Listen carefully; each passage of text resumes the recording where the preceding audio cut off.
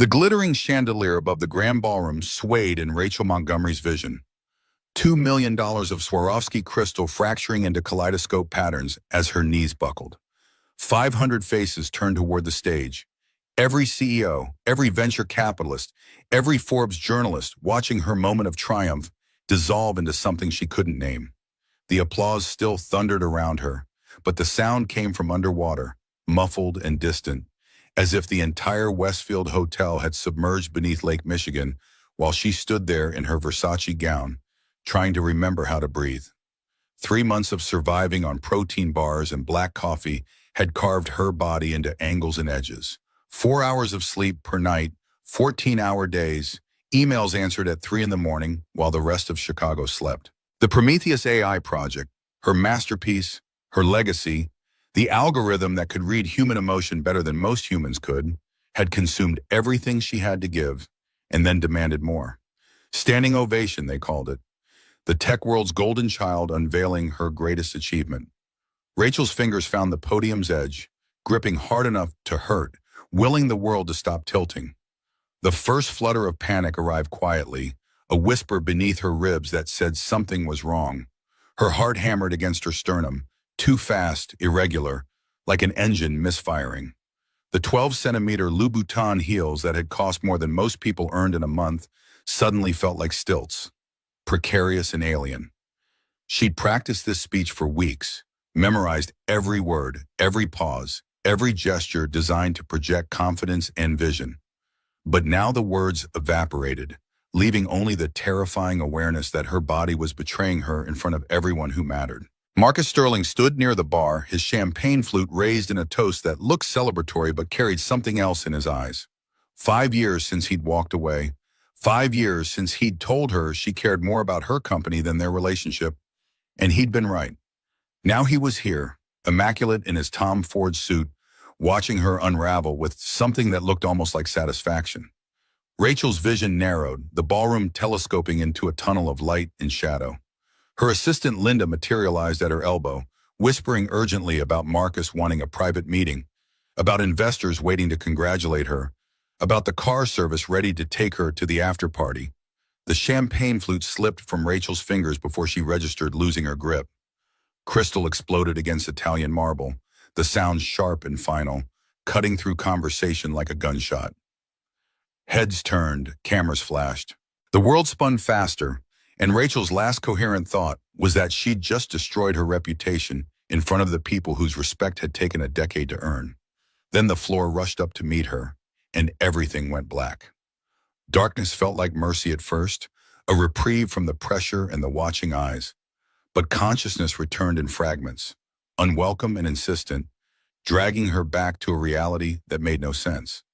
The first thing Rachel registered was the smell, motor oil and diesel fuel, sharp and chemical. Nothing like the bergamot candles and French perfume that usually filled her mornings. Her head throbbed with each heartbeat, a dull ache that pulsed behind her eyes and down her neck. The surface beneath her was firm but not hard, some kind of thin mattress spread over concrete, covered with a cotton blanket that smelled like laundry detergent and something else. Something clean and simple she couldn't place. Morning light filtered through dusty blinds, casting prison bar shadows across a space that definitely wasn't the penthouse suite at the Westfield. Rachel's eyes adjusted slowly, taking inventory of her surroundings with growing confusion. Concrete walls painted industrial gray, though the paint was peeling in places, showing older colors beneath. Posters of Classe D cars hung at crooked angles. A cherry red 1967 Mustang, a midnight blue Chevy Camaro from 1969. Tools lined one wall in careful arrangement, wrenches and socket sets organized by size, a pegboard holding hammers and screwdrivers and things Rachel couldn't name. In the corner, a half-dismantled engine sat on a workbench, surrounded by parts she assumed had come from inside it. She tried to sit up, but her body refused the command. Every muscle felt like it had been wrung out and left to dry, weak and unresponsive. Panic flared hot in her chest, the kind that came from complete loss of control. Rachel Montgomery controlled boardrooms and million-dollar deals, dictated terms to Fortune 500 companies, commanded respect from men twice her age with twice her resources. She did not wake up in strange garages wearing clothes that weren't hers. Clothes that weren't hers. The realization hit with fresh horror. Her Versace gown was nowhere in sight, replaced by soft jeans that weren't her size and a plain white cotton t-shirt that smelled like fabric softener. Someone had undressed her while she was unconscious. Someone had put her in these clothes. Rachel's heart rate spiked, adrenaline flooding her system, but she still couldn't make her body move properly. The best she managed was propping herself on one elbow, head swimming with the effort. A small voice cut through her spiraling thoughts, high and worried and very young. Rachel's gaze snapped to the source and found a child sitting cross-legged, 3 feet away. A girl, maybe 7 years old, with tangled blonde curls and brown eyes too wide for her face. She clutched a threadbare teddy bear to her chest, one paw missing an eye, and stared at Rachel with an expression caught between relief and lingering fear. The girl's lips trembled. "You're awake. I was scared you wouldn't wake up." Rachel's throat felt like sandpaper, her voice emerging as a croak. "Where am I?" "You're at our garage, Papa's garage, Brooks Auto Restoration."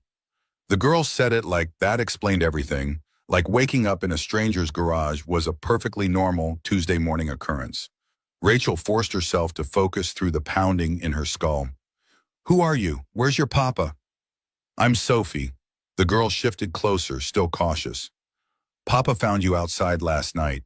You were lying on the sidewalk and you wouldn't wake up, so he brought you here. He said you needed to rest somewhere safe." The words should have been comforting, but they just raised more questions. Rachel's gaze darted around the space, looking for her belongings, for some anchor to reality. She spotted her clutch purse in the corner, her Louboutins lined up neatly beside a workbench, her gown folded with surprising care on top of a tool chest. Her phone sat on a small table, screen dark. "Who changed my clothes?" Rachel heard the edge in her own voice, sharper than she'd intended for a 7-year-old. Sophie didn't flinch. "Mrs. Chen from next door. Papa called her. He said only ladies can help ladies with stuff like that. He stayed downstairs the whole time. I watched him to make sure." The matter-of-fact delivery, the innocent certainty, should have eased Rachel's fear. Instead, it highlighted how vulnerable she'd been, how completely at the mercy of strangers. For a woman who'd built her identity on self-sufficiency and control, the awareness felt like standing naked in front of that ballroom full of investors all over again. Rachel managed to swing her legs off the makeshift bed, feet touching cool concrete. The room tilted dangerously and she gripped the edge of the mattress to keep from pitching forward. Sophie scrambled up, darting to a small table and returning with a glass of water, hands steady despite her size. "Papa said you should drink water when you wake up. He said people who faint need water and rest." The glass felt heavy in Rachel's hands, but the cool liquid soothed her raw throat, grounded her spinning thoughts. She drank slowly, watching this child who'd apparently been sitting vigil over an unconscious stranger because her papa had told her to.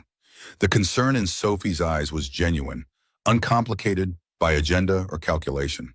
When was the last time someone had looked at Rachel Montgomery that way, seeing just a person who needed help, rather than a CEO who could advance their career? Rachel set the empty glass aside, reality reasserting itself in uncomfortable waves. Her company, the launch. Marcus Sterling watching her collapse like it was exactly what he'd been waiting for. How long had she been unconscious? What was happening at Montgomery AI while she lay here in some mechanic's garage, dressed in borrowed clothes, accepting water from a 7-year-old? The sound of footsteps on stairs made both of them turn. A man filled the doorway, tall enough that he had to duck slightly under the frame, broad-shouldered in a way that came from actual labor, rather than gym memberships. He wore faded jeans streaked with old grease stains and a gray t-shirt that had seen better days, work boots with worn soles. His face carried the kind of weathering that came from years working outdoors, lines around his eyes and mouth that suggested he smiled more than he frowned, but right now his expression was pure concern. Rachel's muscles tensed instinctively, fight or flight kicking in despite her weakened state. She didn't know this man, didn't know this place, didn't know anything except that she was alone and vulnerable, and every self-defense article she'd ever read was screaming warnings in her head. The man stopped immediately, raising both hands in a gesture of peace. Hey, it's okay. You're safe here. His voice was deep but gentle, carrying a hint of a Midwest accent that rounded his vowels. I'm Ethan Brooks. This is my garage. You're in the apartment upstairs. Rachel forced steel into her spine, tried to channel the boardroom version of herself even while sitting on a stranger's mattress in borrowed clothes. Why didn't you take me to a hospital? Ethan moved slowly toward the small table, picking up a spiral-bound notepad and holding it out like a peace offering. I called 911. They walked me through checking for injuries. When they heard you were breathing steady with no obvious trauma, they said to let you rest and call back if your condition changed. Rachel took the notepad with shaking hands, scanning the pages. The handwriting was messy but legible, each entry time-stamped and detailed. 10:45 p.m. Found unconscious woman approximately 30 years old on sidewalk 2 blocks from garage. Called 911. 10:47 p.m. Dispatcher asked about injuries, bleeding, breathing, no visible trauma, pulse 72 beats per minute, steady, breathing regular. 10:52 p.m. Dispatcher advised to monitor, keep warm, call back if condition worsens. 11 o'clock p.m. Neighbor Mrs. Chen helped change clothes. Subject wearing evening gown, impractical for rest. 1 o'clock a.m. Checked vitals, pulse 70. Subject mumbled something about presentation slides. 3 o'clock a.m. Subject restless, tossing, checked temperature, 98.2 degrees Fahrenheit, normal range. 5 o'clock a.m. Breathing deeper, color improved. 6:30 a.m. Subject woke. The entries continued between the major timestamps, noting every observation, every decision. This stranger had stayed awake all night monitoring her like she was something precious, something worth protecting. Rachel's fingers tightened on the notebook, emotion threatening to overwhelm the careful walls she'd built. Sophie bounced on her toes. Papa didn't sleep at all. He kept checking to make sure you were okay. Ethan shot his daughter a look that was half embarrassment, half affection. Sophie, let's not make it sound like I'm some kind of hero. I just did what anyone should do. But Rachel was staring at him with new eyes, seeing past the grease-stained clothes and calloused hands to something she encountered so rarely in her world that she'd almost forgotten it existed. Genuine kindness without expectation of return. In her circles, every favor came with strings attached. Every gesture of help was calculated for maximum benefit. This man had spent his night caring for an unconscious stranger, documenting everything with the diligence of someone who understood responsibility, and he was acting like it was nothing special. Rachel's voice came out softer than she'd intended. Thank you. I don't know what would have happened if you hadn't found me. Ethan shrugged, uncomfortable with gratitude. You hungry? I was about to make breakfast. Nothing fancy, just pancakes. The offer was so ordinary, so domestic that Rachel almost laughed. When was the last time someone had offered to make her pancakes? When was the last time she'd eaten anything that wasn't delivered by a catering service or grabbed from a vending machine between meetings? Her stomach answered before she could, growling loud enough to make Sophie giggle. I'll take that as a yes. Ethan moved toward a small kitchenette at the far end of the garage apartment, pulling out a mixing bowl and ingredients from cabinets that had seen years of use. Sophie, can you help Rachel to the table? The girl took Rachel's hand with surprising confidence, her small fingers warm and steady. Rachel let herself be guided to a wobbly kitchen table with 3 mismatched chairs, the kind of furniture that came from secondhand stores and yard sales. A calendar hung on the wall showing automotive pinup art from the 1950s, circled dates marking what looked like Sophie's soccer practices and school events. The refrigerator was covered in drawings held up by magnets, stick figures labeled Papa and Me, engaged in various activities, bright crayon colors declaring a child's view of a happy life. This was so far removed from Rachel's world of minimalist penthouses and designer everything that it felt like visiting another planet. But there was something about it, something warm and lived in and real, that made her chest ache with an emotion she couldn't quite name. Loneliness, maybe, or recognition of what she'd sacrificed in her climb to the top. Ethan worked at the stove with practiced efficiency, whisking batter and heating the griddle, his movements economical and sure. Sophie chattered beside him about school, about her friend Emma who'd lost a tooth yesterday, about the science project she wanted to build involving vinegar and baking soda. Rachel watched them interact, the easy affection between father and daughter, the way Ethan listened with full attention even while cooking, asking questions that showed he genuinely cared about playground politics and elementary school science. The contrast to her own morning routine, silent elevator ride, efficient assistant reciting the day's schedule, breakfast eaten while reviewing reports, was so stark it hurt. Rachel had convinced herself that isolation was the price of success, that relationships were luxuries she couldn't afford if she wanted to compete with men who had decades more experience and twice her resources. Watching this mechanic make pancakes for his daughter while genuinely interested in second-grade drama, she wondered if she'd been lying to herself. Sophie turned those wide brown eyes on Rachel, curious without being invasive. "What do you do for work?" The simple question shouldn't have been so hard to answer. Rachel hesitated, aware that CEO of a multi-million-dollar AI company would sound ridiculous in this context, would create distance she didn't want. "I run a company that makes smart computer programs." "That's cool." Sophie's enthusiasm was infectious. "Papa's teaching me to code. I'm learning Python. Do you know Python?" Rachel blinked, surprise cutting through her fog. "You're 7 and learning Python?" Sophie's really good with logic puzzles. Ethan flipped a pancake with casual skill. She kept asking questions about how computers work. So I figured, why not teach her the basics? There are some great resources online for kids her age. Rachel studied Ethan with fresh eyes, reassessing her assumptions. A mechanic teaching his 7-year-old to code, casually discussing programming languages while making breakfast. The intelligence in his eyes wasn't the polished Ivy League kind Rachel usually encountered, but it was sharp and practical, the kind built from solving real problems rather than theoretical ones. The pancakes that landed on her plate were golden brown perfection, steam rising from fluffy interiors, butter melting in pools across the surface.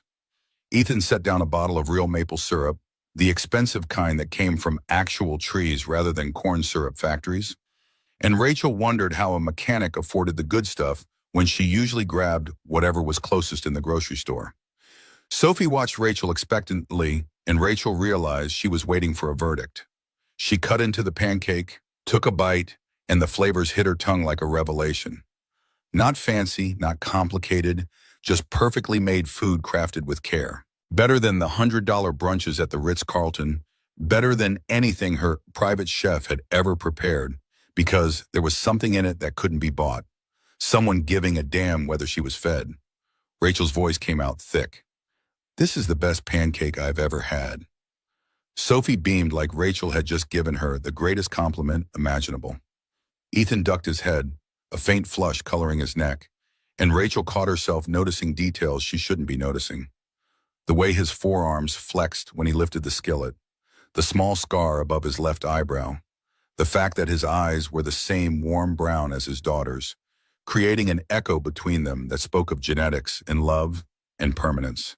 She was noticing all of this while her company was probably imploding, while Marcus Sterling was probably calling emergency board meetings, while her entire life's work hung in the balance. Rachel set down her fork, reality crashing back in. "I need my phone. I need to know." Before she could finish, her phone buzzed to life on the counter where Ethan must have plugged it into charge. The screen lit up like a slot machine hitting jackpot, notification after notification flooding in, each one a fresh disaster. 47 missed calls, 89 emails, text messages filling the screen faster than Rachel could track them. She grabbed the phone with hands that trembled harder than they had when she'd lifted the water glass. The first notification was a news alert from Bloomberg. Montgomery AI CEO vanishes after Gala collapse. Stock plummets 18%. TechCrunch. Rachel Montgomery's mysterious disappearance raises questions about leadership stability. Fortune. Is Montgomery AI's Wonder Woman having a breakdown? Rachel's vision tunneled, the pancakes turning to ash in her stomach. Linda's name dominated the call log, her assistant's messages escalating from concern to frantic to barely controlled panic. The most recent text sent 6 minutes ago. "Rachel, where are you? The board is calling emergency meeting. Marcus is saying he should take over. Please respond." The phone rang in her hand, Linda's name flashing. Rachel answered on instinct, her assistant's voice exploding through the speaker before she could say hello. Rachel, oh my God, where have you been? Are you okay? Do you need me to send someone? The board is losing their minds. Investors are calling every 10 minutes. Marcus is already talking to reporters, saying he's concerned about your health and the company's direction, and I don't know what to tell them. Rachel's hand found the edge of the table, gripping hard. I'm fine, Linda. I just needed... Fine, fine. You collapsed in front of 500 people, disappeared for 12 hours, and stock prices are in free fall. This is not fine. This is a PR nightmare. This is... Linda's voice cracked. Marcus scheduled a board meeting for 9 a.m. He's pushing for emergency measures, something about ensuring stable leadership during this crisis. Rachel, I think he's trying to force you out. The kitchen fell silent, except for Linda's breathing on the other end of the line. Rachel looked up to find Ethan and Sophie both frozen, watching her with expressions she couldn't quite read. Concern, definitely. But also something else.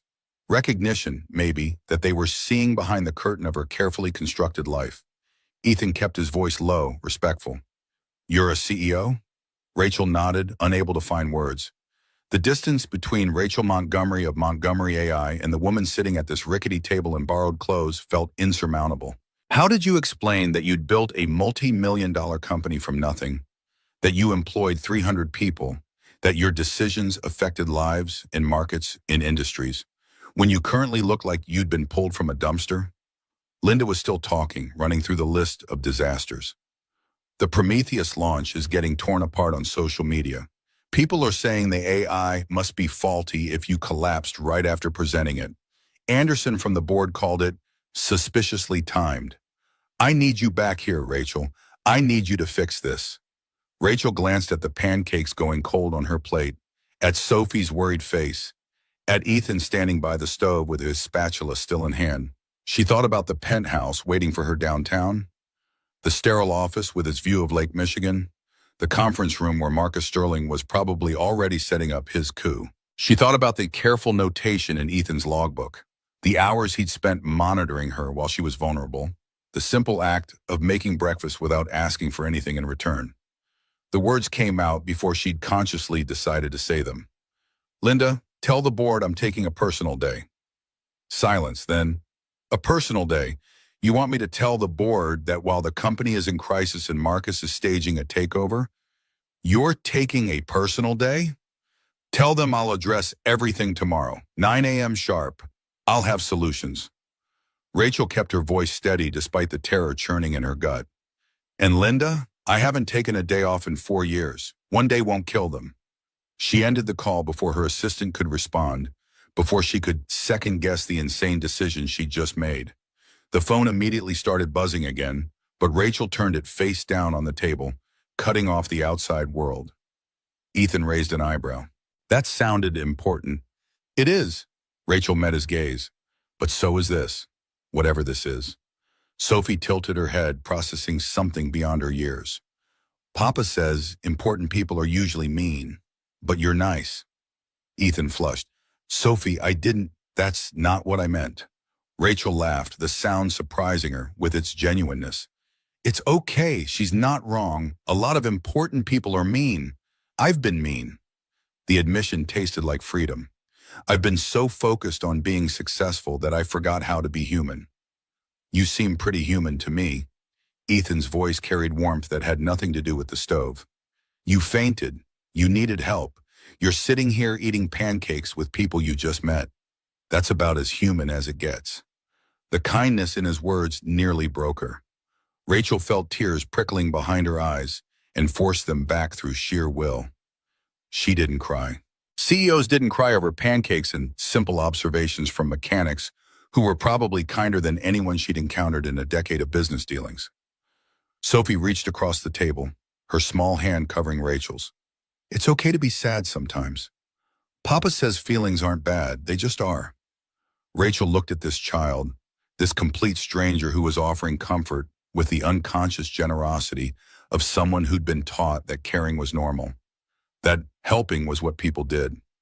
She thought about her own childhood, the coldness after her mother died, Her father's descent into alcoholism and eventual abandonment. The years of fostering herself through determination and spite. Sophie had something Rachel had never had. A parent who loved her without condition, who taught her programming and emotional intelligence with equal care, who stayed up all night to make sure unconscious strangers were safe. Ethan cleared his throat, visibly uncomfortable with the emotional weight in the room. So, you want to see what I do? I mean, if you're taking the day off anyway. Rachel should have said no, should have called a car service, returned to her penthouse, started damage control on the PR disaster consuming her company. But looking at Ethan's grease-stained hands and hopeful expression, at Sophie's excitement at the prospect of showing off her papa's work, Rachel found herself nodding. I'd like that. The garage proper was a cathedral to mechanical craftsmanship. Tools hung in precise arrangements, each item in its designated place. The organization of someone who respected their work enough to care for their equipment. A 1967 Mustang occupied the main bay, cherry red paint gleaming under fluorescent lights, its hood open to reveal an engine that looked like it belonged in a museum. Ethan ran his hand along the car's flank with reverence, the gesture almost intimate. Client's grandfather drove this car new, bought it off the lot in Dallas, drove it for 40 years, parked it in his barn when he got too old to see the road properly. Ethan's voice carried the cadence of storytelling. Grandson brought it to me 2 years ago. Wants it restored to exactly how his grandfather remembered it. Every detail perfect. Rachel circled the car, seeing the meticulous work evident in every surface. This wasn't just mechanical repair. It was archaeology and art combined, resurrection of memory-made metal. How much longer until it's done? 6 months, maybe 8. Can't rush this kind of work. Ethan smiled, which drives some customers crazy, but the good ones understand. You want it done fast, or you want it done right. The philosophy resonated deeper than Ethan probably intended. Rachel had spent her career chasing speed, racing to market before competitors, pushing her teams for faster development, quicker deployment, immediate results. When was the last time she'd prioritized doing something right over doing it fast? When was the last time she'd given herself permission to take the time needed to build something that would last? Sophie tugged at Rachel's borrowed jeans. Want to help? Papa can teach you to change oil. It's easy once you know how. Rachel looked down at her manicured nails, the hands that had only ever touched keyboards and touchscreens, that had never been closer to actual mechanical work than turning an ignition key. I'll probably break something. Ethan grabbed a spare set of coveralls from a hook on the wall, holding them out. Can't learn without trying, and breaking things is part of learning. My shop, my rules, and the first rule is mistakes are how you get better. There was something hypnotic about his confidence, the casual certainty that she could do this, that her lack of experience was just a temporary condition rather than a permanent limitation. Rachel took the coveralls, the fabric heavy and practical in her hands, and followed Ethan to a smaller car, a Honda Civic that apparently belonged to Mrs. Chen next door. Basic oil change. Ethan crouched beside the car, gesturing for Rachel to join him. Most people pay shops $60 for 15 minutes of work. I'm going to show you how to do it yourself. Rachel knelt on the concrete, hyper-aware of how close Ethan was, his shoulder nearly brushing hers as he pointed out the oil pan and drain plug. He handed her a wrench, his fingers warm when they touched hers, and guided her hand to the correct position. The metal resisted at first, then gave with a satisfying click. Like that, Ethan murmured, his breath stirring her hair. Gentle pressure, steady turn. You feel how it wants to move. Rachel felt a lot of things, most of them having nothing to do with automotive maintenance. The solid warmth of Ethan's body beside hers. The competence in his hands as they guided hers through the motions. The way he smelled like honest work and simple soap. No designer cologne, no careful image crafting. Just a man who was exactly who he presented himself to be. Oil started draining into the pan beneath the car, dark and viscous. Sophie appeared with a shop light, directing the beam so Rachel could see better, and suddenly the three of them were working together, a team assembled from nowhere, connected by nothing except this moment. Rachel found herself laughing when oil splashed on the coveralls, when she fumbled the new filter and had to chase it across the garage floor. when Sophie demonstrated the proper technique with the confidence of someone who'd done this 100 times. By the time they finished, Rachel's hands were black with grease, her hair had escaped its professional twist, and she couldn't remember the last time she'd felt this engaged with something physical and immediate.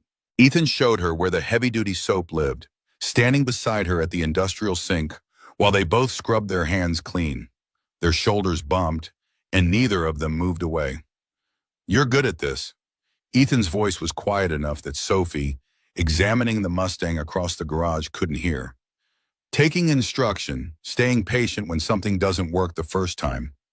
Most people give up faster. Rachel watched the black water swirl down the drain. Most people haven't spent their career learning from failure. When you're building something new, failure is just data. You try, you break, you figure out what went wrong, you try again.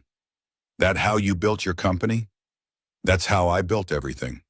The words came easier than expected. I was 18, broke, and angry at the world. No family, no connections, no backup plan. Just me and the absolute certainty that I had to make something work, or I'd end up like my father, drunk and bitter, and blaming everyone else for my problems. Ethan turned off the water, reaching for paper towels. Sounds lonely. It was. Rachel dried her hands, the admission settling heavy in her chest. It still is. Success is lonely when you don't have anyone to share it with. And I made sure I didn't have anyone. Easier that way. Safer. Safer from what? Rachel met his eyes, seeing genuine curiosity rather than judgment. From this. From feeling like maybe I chose wrong. From wondering if all the things I gave up might have been worth more than the things I gained. Sophie's voice cut across the garage. "Rachel, come see. Papa's going to show me the transmission." The spell broke, but something lingered in Ethan's expression, a understanding that made Rachel's chest tight. He smiled. "We should probably feed her lunch before she decides to dismantle the entire car." Lunch was sandwiches assembled from simple ingredients. Good bread, real turkey, fresh vegetables, eaten at the kitchen table upstairs, while Sophie chattered about her science project, and Rachel found herself contributing ideas about chemical reactions and pH balances.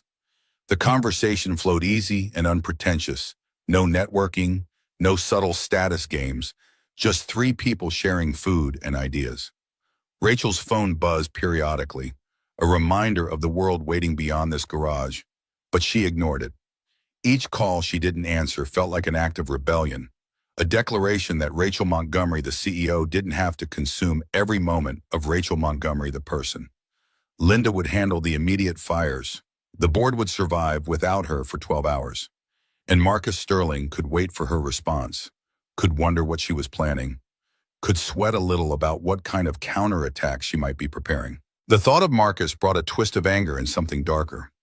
He'd been waiting for this, she realized.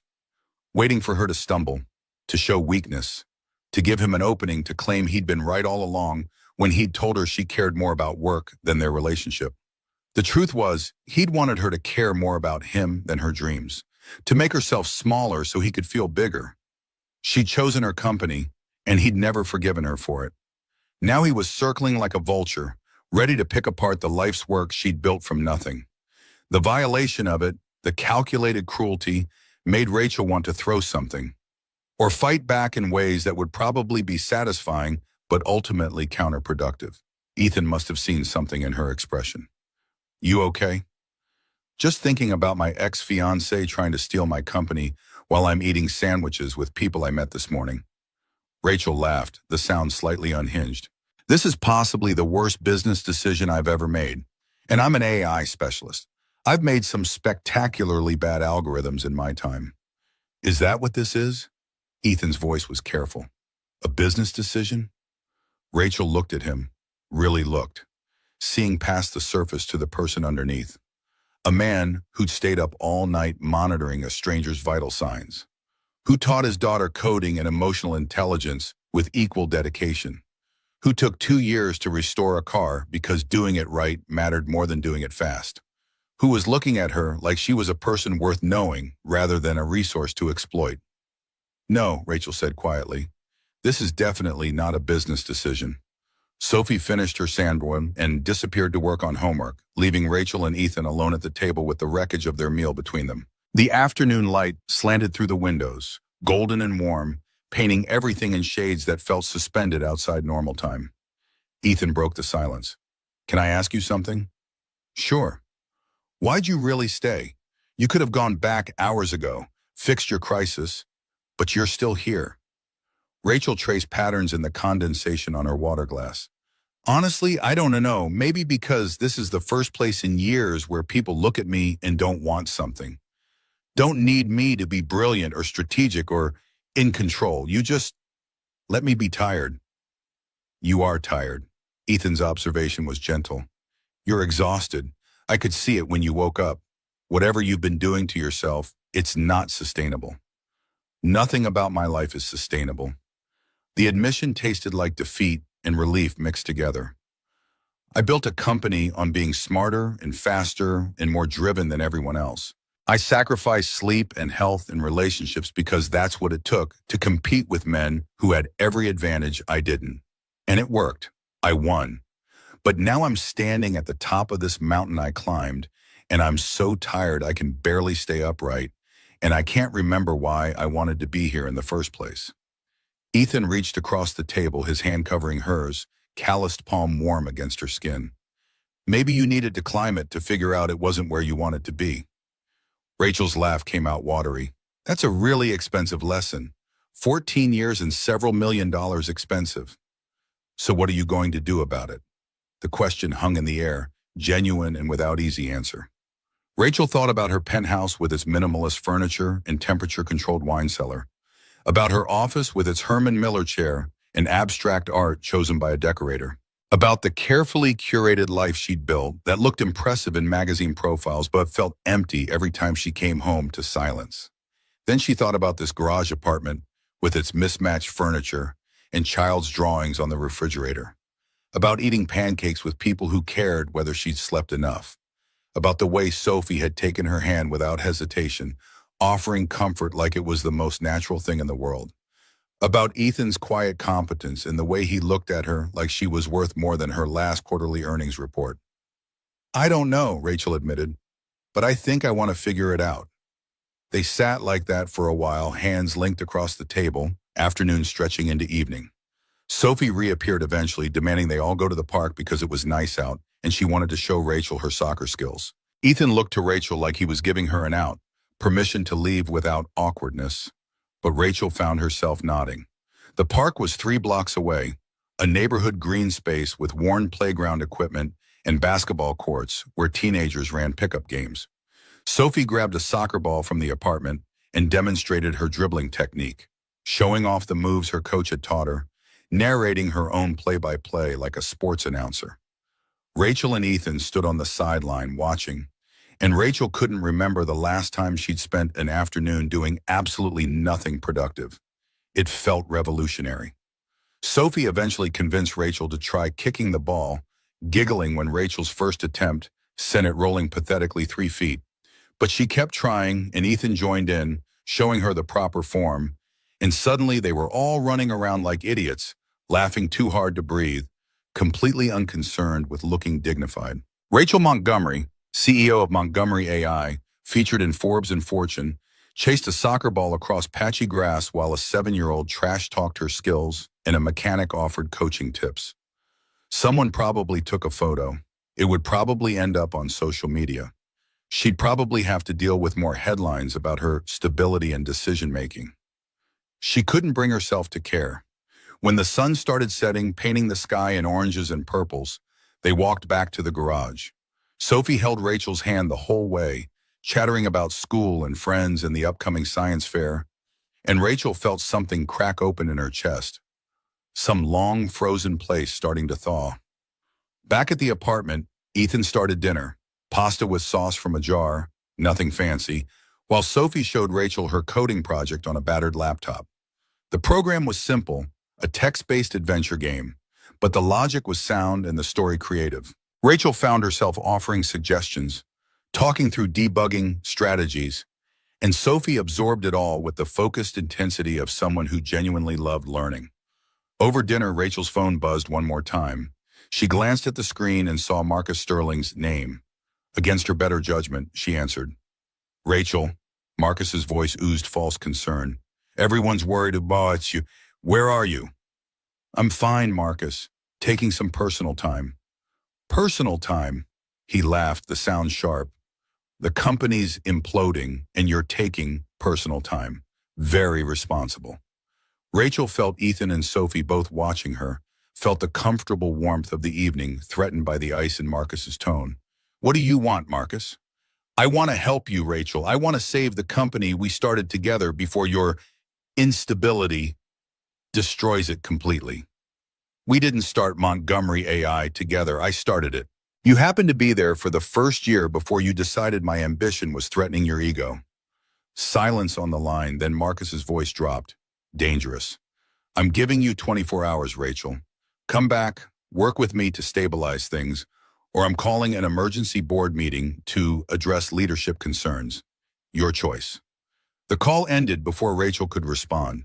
She set the phone down carefully, hand trembling with rage. Sophie's small voice broke the tension. Was that the mean man? Rachel looked at this child who saw the world with such clarity. Yeah, sweetie, that was the mean man. Papa says mean people are mean because they're scared. What's he scared of? Out of the mouths of babes, Rachel felt Ethan's gaze on her, questioning, and she managed a smile. He's scared that he's not as important as he thinks he should be, and he's trying to take something that doesn't belong to him.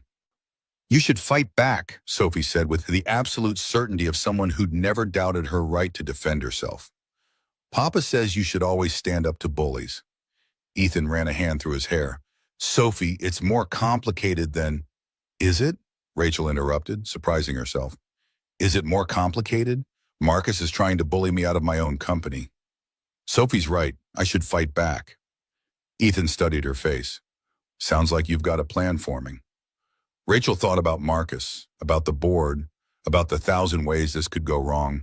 Then she thought about Ethan's careful notes, his methodical approach to restoration, the way he took time to do things right instead of fast.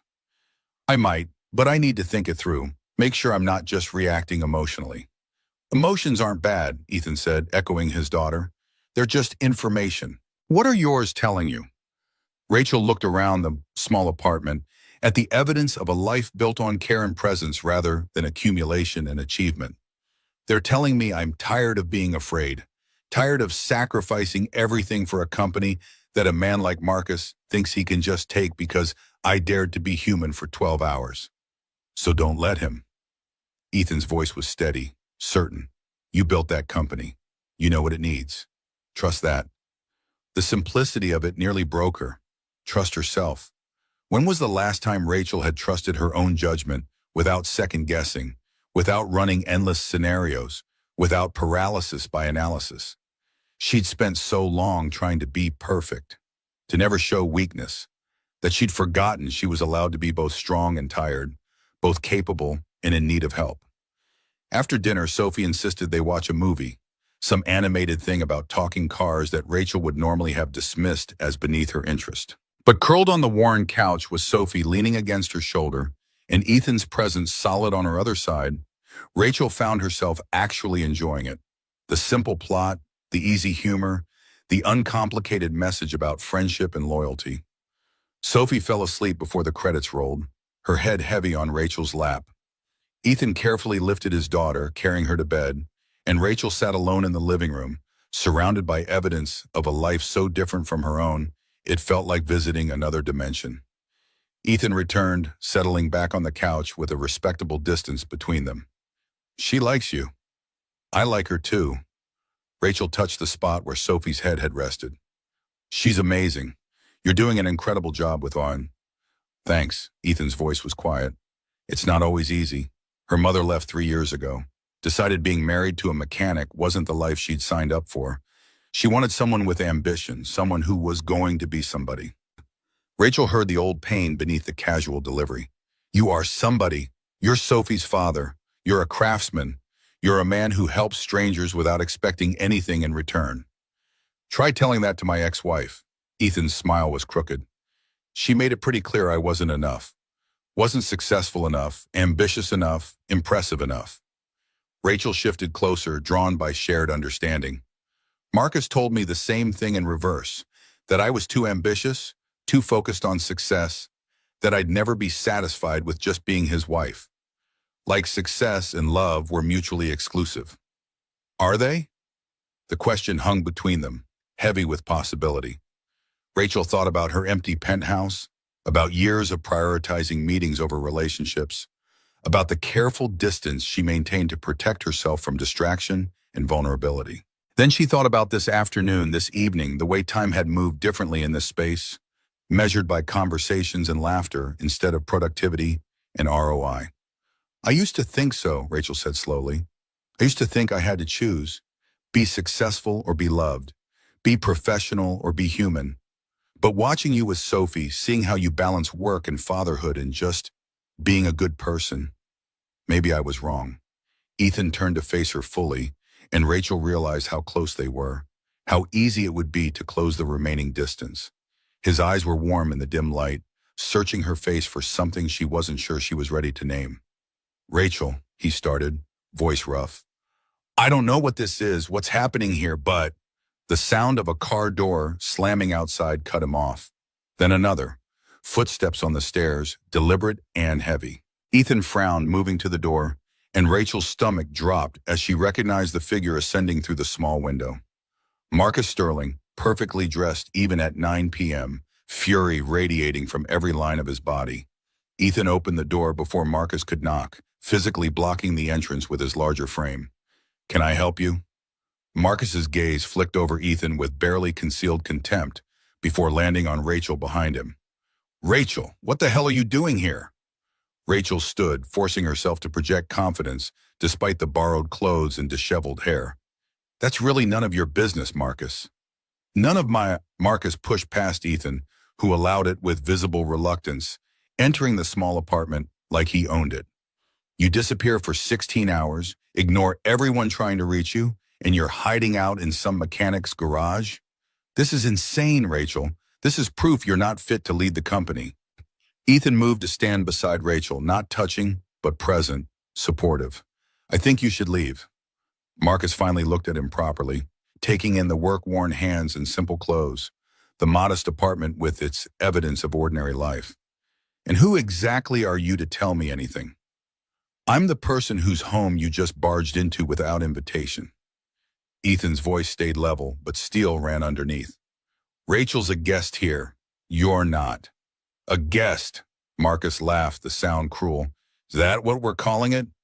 Rachel, you collapsed at the most important event of your career, vanished, and now you're playing house with some working-class nobody? The board is going to love this. Rachel felt rage bloom hot in her chest, but before she could respond, a small voice cut through the tension. He's not a nobody. He's my papa.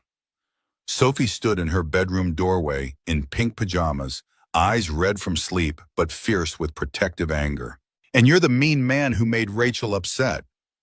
Marcus stared at the child like she was a particularly annoying insect. Rachel, this is pathetic. You're throwing away everything for what? Some mechanic and his kid? You think this is going to last? You think... Get out. Rachel's voice was quiet but absolute. Right now, before I call the police and have you charged with trespassing. You're making a mistake. Marcus's mask of concern slipped, showing raw ambition underneath. You have 24 hours to come to your senses. After that, I'm moving forward with the board. They'll vote you out, Rachel. You know they will, especially after I show them evidence of your erratic behavior, hiding out in garages, consorting with... I said get out. Ethan moved forward, not threatening but immovable. I've been patient because you're Rachel's colleague, but you're in my home, upsetting my daughter and insulting people who've done nothing to you. Time to leave. For a moment, Marcus looked like he might argue, might push the confrontation further. Then he smoothed his expression back into calculated calm. 24 hours, Rachel. Choose wisely. He left, his expensive shoes echoing on the stairs, the Tesla engine roaring to life outside. The silence he left behind felt wounded, the warm safety of the evening shattered. Sophie ran to Rachel, wrapping her arms around Rachel's waist. I don't like him. Rachel hugged the girl back, feeling her hands shake with delayed adrenaline. I don't either, sweetie. Ethan closed the door, locking it deliberately. That's your ex? Unfortunately, he seems delightful. The sarcasm was so unexpected from Ethan's usually gentle demeanor that Rachel actually laughed. Sophie pulled back, looking up at Rachel with worried eyes. Are you going to leave now because of the mean man? Rachel knelt so they were eye level. I have to go back tomorrow. I have to deal with my company, with Marcus, with all of it. But not because he told me to, because it's my company, and I'm not going to let him take it. Will you come back? Sophie's voice was small, vulnerable in a way that made Rachel's chest ache. Rachel looked at Ethan over Sophie's head, seeing the same question in his eyes even if he didn't voice it. I want to, she said honestly, but I don't know what's going to happen tomorrow. I don't know if I'll still have a company or if Marcus will. Then we'll help you. Sophie said it with such certainty, such absolute faith. Papa's really smart. He can help figure out stuff. Ethan met Rachel's gaze, something passing between them that felt like a promise, like the beginning of something neither of them fully understood. She's not wrong. I might not know anything about AI companies, but I know about people trying to take what doesn't belong to them, and I'm good at solving problems. Rachel should have said no, should have maintained professional boundaries, kept her crisis separate from these strangers who'd accidentally become important in the space of a single day. But looking at Ethan's steady confidence and Sophie's fierce loyalty, Rachel found herself nodding. Okay, she whispered. Okay. They settled Sophie back in bed, Rachel reading her a story until the girl's eyes drifted shut. Then Rachel and Ethan returned to the living room and Rachel started explaining. The Prometheus AI project, the suspicious bugs that had appeared days before launch, her suspicions that Marcus had sabotaged her work, the board dynamics, the careful politics required to survive in tech leadership as a woman who'd clawed her way up without connections or pedigree. Ethan listened without interrupting, asking occasional questions that cut straight to the heart of issues Rachel had been circling around. His lack of technical knowledge didn't matter. He understood power dynamics and human motivation, could see patterns Rachel had missed because she was too close to the situation. By midnight, they had the skeleton of a plan. Rachel would return to the office, face the board, and expose Marcus's sabotage if her suspicions proved correct. Ethan would, and this was the crazy part, pose as a potential investor, meet with Marcus, and see what the man revealed when talking to someone he saw as an ally rather than a threat. It was risky. It was possibly stupid. But sitting in that small apartment with a man she'd known less than 24 hours, Rachel felt something she hadn't experienced in years. Hope mixed with genuine connection, the sense that she wasn't facing her battles alone. You should get some sleep, Ethan said finally, exhaustion evident in the lines around his eyes. Tomorrow's going to be brutal. So while explaining to my assistant why I spent the night in a garage apartment instead of my penthouse. Ethan smiled. Guest room's yours if you want it, or I can call you a car. Rachel thought about her empty penthouse with its city views and designer furniture. Then she thought about waking up here, to Sophie's chatter and Ethan's pancakes, to feeling human instead of just successful. The guest room sounds perfect. She borrowed sleepwear from Ethan, an old college t-shirt that hung to her knees and sweatpants she had to roll several times, and settled into the small bedroom that clearly doubled as storage space. The bed was comfortable enough, the sheets clean, and through the thin walls she could hear Ethan moving around, getting ready for sleep himself. Rachel's phone buzzed one last time. A text from Linda. Board meeting confirmed 9 a.m. Marcus already there setting up. Please tell me you have a plan. Rachel typed back, I have a plan, trust me. She set the phone aside and closed her eyes, letting the day replay behind her eyelids. The collapse, the garage, the pancakes, Sophie's laughter, Ethan's kindness, Marcus's threats. 24 hours ago, she'd been standing on a stage accepting applause for the biggest achievement of her career. Now she was lying in a mechanic's guest room, wearing borrowed clothes, planning strategy, with a man who changed oil for a living. It should have felt like failure. It should have felt like her life spiraling out of control. Instead, for the first time in years, Rachel Montgomery felt like she might actually be heading in the right direction. Dawn broke over Chicago with the kind of crystalline clarity that made the skyline look sharp enough to cut. Rachel stood in front of the floor-to-ceiling windows of her 43rd floor office, watching the city wake up, trying to remember the last time she'd appreciated this view instead of just using it as backdrop for video calls. 22 hours since she'd collapsed at the gala, 18 hours since she'd woken in a stranger's garage, 6 hours since she'd slept in that stranger's guest room and woken to the smell of coffee and Sophie's laughter drifting through thin walls. Linda materialized in the doorway, tablet clutched like a shield, her perfectly styled hair already showing stress fractures at 7 a.m. Okay, I need the truth. Where were you really? Because the internet has theories ranging from secret rehab to alien abduction, and I need to know which crisis management protocol to activate. Rachel turned from the window, catching her reflection in the glass. Designer suit perfectly pressed, makeup flawless, courtesy of a professional who'd arrived at 6 a.m., every hair in place. The armor back on, the CEO mask secured. Only the faint shadows under her eyes hinted at yesterday's vulnerability. I was with a friend. A friend? Linda's tone suggested she didn't believe in friendship as a concept. Rachel, you don't have friends, you have professional contacts, strategic alliances, and people whose calls you return. Which friend? Someone I met yesterday, a mechanic named Ethan Brooks. The tablet nearly slipped from Linda's fingers. A mechanic. You spent the night with a mechanic. Do you have any idea how the board is going to... Rachel's phone buzzed with a text from Ethan. Suit fitting at 9. Mrs. Chen's nephew Mike is my size, meeting Marcus at 11. You sure about this? She typed back, absolutely not. Do it anyway. Linda was still spiraling. Marcus has been here since 6, schmoozing board members, painting himself as the stable leadership choice. He's got Eleanor Hayes cornered in the conference room right now, probably showing her whatever evidence he's manufactured about your unstable behavior. We're losing votes before the meeting even starts. Rachel moved to her desk, pulling up financial records on her computer with the kind of muscle memory that didn't require conscious thought. Eleanor's smarter than Marcus gives her credit for. She'll listen to what he has to say, then she'll make her own decision based on facts. Facts like you vanishing for almost a full day to play garage with a random mechanic.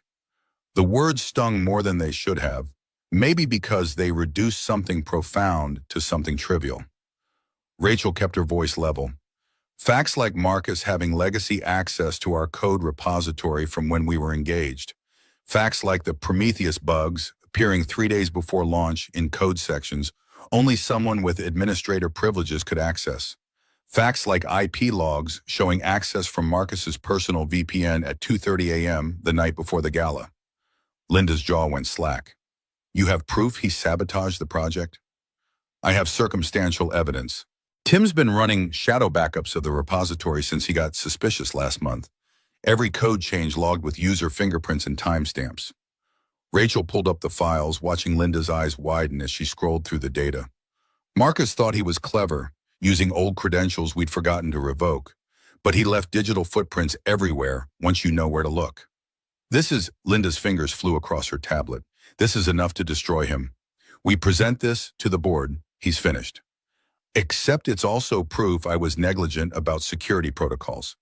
Proof I let personal feelings compromise professional judgment by not immediately revoking my ex-fiance's access when we broke up.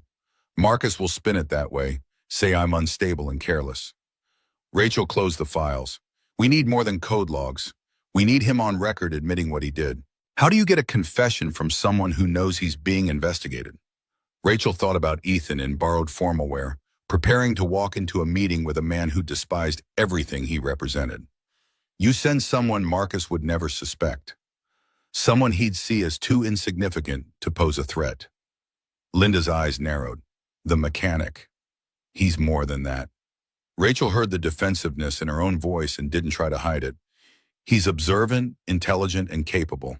Marcus will underestimate him, which is exactly what we need. Or Marcus will see through it immediately and use it as more evidence of your poor judgment. Linda set down her tablet. Rachel, I've worked for you for 6 years. I've watched you make brilliant strategic decisions under impossible pressure. But this feels personal. This feels like you're making choices based on emotion rather than logic. The criticism landed because it was partially true. Rachel was operating on instinct and adrenaline, and something else she couldn't quite name, something that had started in Ethan's garage and had been growing steadily since. Sometimes emotion is data too. Marcus is counting on me to be predictable, to fight this battle the way I've fought every other business battle, cold, calculated, professionally. He's not expecting me to bring humanity into it. Humanity doesn't win board votes. Maybe it should. Rachel checked her watch. Meeting's in 90 minutes. Is the conference room ready? Linda sighed, recognizing defeat. Ready.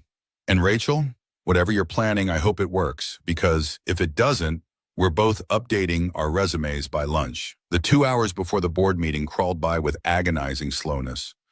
Rachel reviewed quarterly reports, responded to urgent emails, and tried not to check her phone every 30 seconds for updates from Ethan.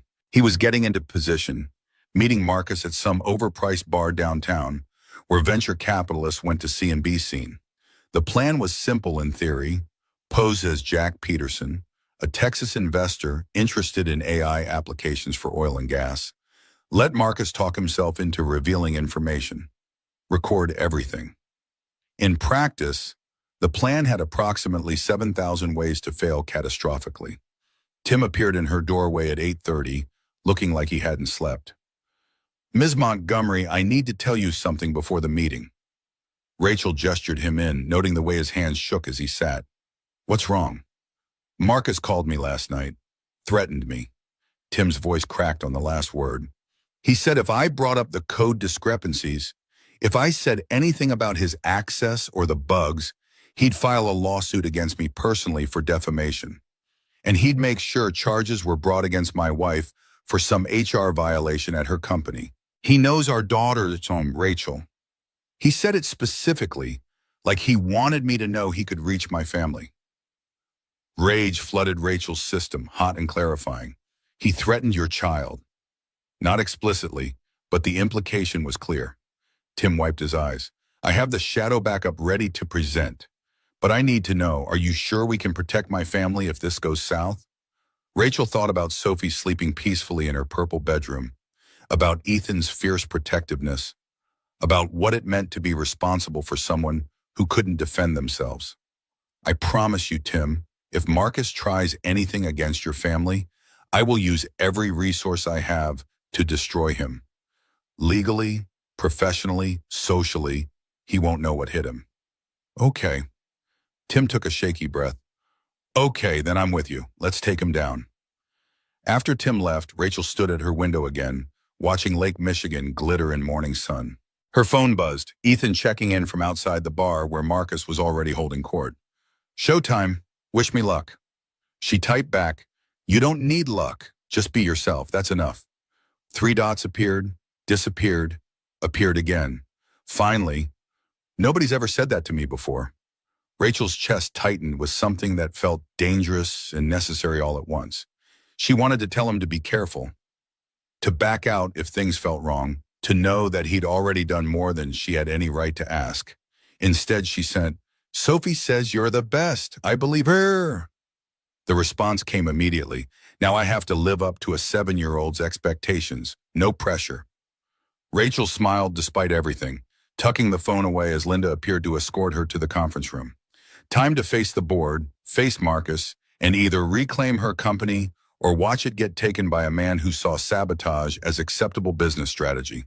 The Montgomery AI conference room occupied a corner of the 43rd floor, glass walls offering panoramic views that were meant to make people feel powerful and slightly vertiginous. 8 board members were already seated around the sleek table, their expressions ranging from concerned to hostile. Marcus held position at the far end, his presentation already queued up on the enormous screen, looking confident and well-rested and completely in control.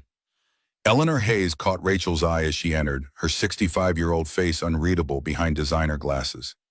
She'd been the first investor to believe in Rachel's vision 12 years ago, had mentored her through the early chaos of building a company from nothing.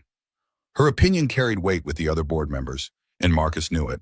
Whatever he'd shown her this morning had been calculated to sway her vote. Rachel took her seat at the head of the table, spine straight, expression neutral. Thank you all for coming on short notice. I understand there are concerns about recent events. I'm here to address them. Marcus smiled, the expression never reaching his eyes. Rachel, before you begin, I think we should establish some context. You collapsed publicly 48 hours ago, disappeared for nearly 24 hours without contacting anyone, and have been exhibiting erratic behavior that raises serious questions about your capacity to lead this company through our current crisis. Board member Anderson, a venture capitalist who'd always preferred Marcus's style to Rachel's, leaned forward. Ms. Montgomery, can you explain where you were yesterday? Your assistant said you were with a friend, but given the circumstances, I think we need more transparency. Rachel met his gaze steadily. I was recovering from exhaustion in a safe location. I collapsed because I've been working 100-hour weeks for 3 months straight, skipping meals, ignoring my health. Yesterday was the first day I've taken off in 4 years. And while I understand that timing was unfortunate, I make no apologies for prioritizing my well-being long enough to think clearly about the actual crisis facing this company. Which is? Eleanor's voice cut through the tension, sharp and interested. Sabotage. Rachel let the word land, watching reactions ripple around the table. The Prometheus AI bugs that emerged days before launch weren't coding errors or stress test failures. They were deliberately inserted by someone with administrator access to our repository. Marcus's expression never changed, but something flickered in his eyes. Surprise that she'd figured it out, or calculation about how to counter. That's a serious allegation, Rachel. Do you have any proof, or is this more instability? Rachel nodded to Tim, who'd been standing quietly near the door. He came forward with a tablet, connecting it to the presentation screen. Code logs filled the display, timestamps and user signatures highlighted in damning clarity. Tim's voice shook only slightly as he spoke. These are shadow backups I've maintained of our entire repository for the past 6 months. Standard security protocol in case of data corruption or unauthorized access. He clicked through screens, showing the malicious code insertion, the timestamp, the digital fingerprint. This access came at 2:34 a.m., 3 days before launch, from a VPN registered to Sterling Tech Ventures. The credentials used were legacy administrator access that should have been revoked 5 years ago. All eyes turned to Marcus, whose face had gone carefully blank. This is circumstantial at best. Anyone could have spoofed my VPN, and if those credentials weren't revoked, that's a security failure on Rachel's part, not evidence of wrongdoing on mine. You're right, Rachel agreed, surprising him. Not revoking your access was my mistake. One I made because I trusted you. Because I thought our personal history meant you wouldn't try to destroy what we'd started building together. I was wrong about that. Marcus leaned back, confidence returning. Even if I had access, and I'm not admitting anything, why would I sabotage a project? What possible motive would I have? Control. Eleanor spoke before Rachel could, her voice thoughtful.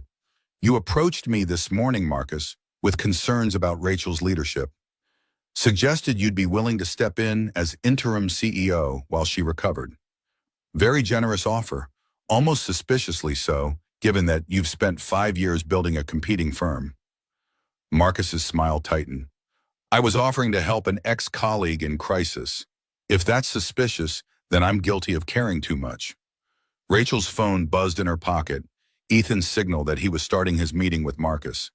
Except Marcus was right here, which meant Rachel's stomach dropped. Marcus had sent a proxy, someone from his company, to meet with the supposed investor. The plan was already falling apart. She kept her expression neutral, pivoting. Caring too much. Is that what you call threatening my lead developer and his family if he brought forward evidence of your involvement? Tim straightened at this cue. Marcus called me at 10 p.m. last night, told me if I said anything about the code anomalies, he'd file defamation suits against me personally and make sure my wife faced trumped-up HR charges at her company. He mentioned my 5-year-old daughter by name. The temperature in the room dropped 20 degrees. Anderson looked genuinely shocked. Eleanor's eyes went ice cold. Even the board members who'd been leaning toward Marcus were exchanging uncomfortable glances. Marcus stood, hands raised in a placating gesture. This is insane. Rachel's crafted this entire narrative to distract from her own instability. She disappeared for 24 hours, probably had some kind of breakdown, and now she's making desperate allegations to save her position. Breakdown. Rachel let the word hang. You keep using that word, like being exhausted from building a company is weakness. Like taking a single day to recover is evidence of inability to lead. Tell me, Marcus, what would you call sabotaging a project out of revenge? Strength? I didn't sabotage anything. The volume of his response betrayed him, professional mask cracking. And even if the code shows access from my old credentials, that doesn't prove I use them. It proves your security is laughably inadequate. Rachel's phone buzzed again, more insistent. She ignored it, focused on Marcus unraveling. You're right. The code logs alone don't prove anything beyond reasonable doubt, which is why I was hoping you'd do the honorable thing and be honest. But I can see that's not going to happen. Damn right it's not, because there's nothing to be honest about. Marcus gathered his papers, preparing to storm out. This meeting is a waste of time. Rachel's clearly unfit to lead, and I'm not going to sit here while she makes baseless accusations. The conference room door opened. Ethan Brooks walked in, still wearing the borrowed suit that fit him surprisingly well, carrying a tablet and looking remarkably calm for someone who just crashed a board meeting uninvited. Marcus froze. Who the hell are you? Ethan's voice was steady, polite. Jack Peterson. We spoke on the phone this morning. Your associate, Marcus Sterling Jr., just spent an hour telling me all about how Montgomery AI's leadership problems create great opportunities for hostile takeovers. The room erupted. Marcus lunged forward, but Anderson was already standing, blocking his path. You sent your son to meet with investors about taking over Rachel's company while sitting on her board?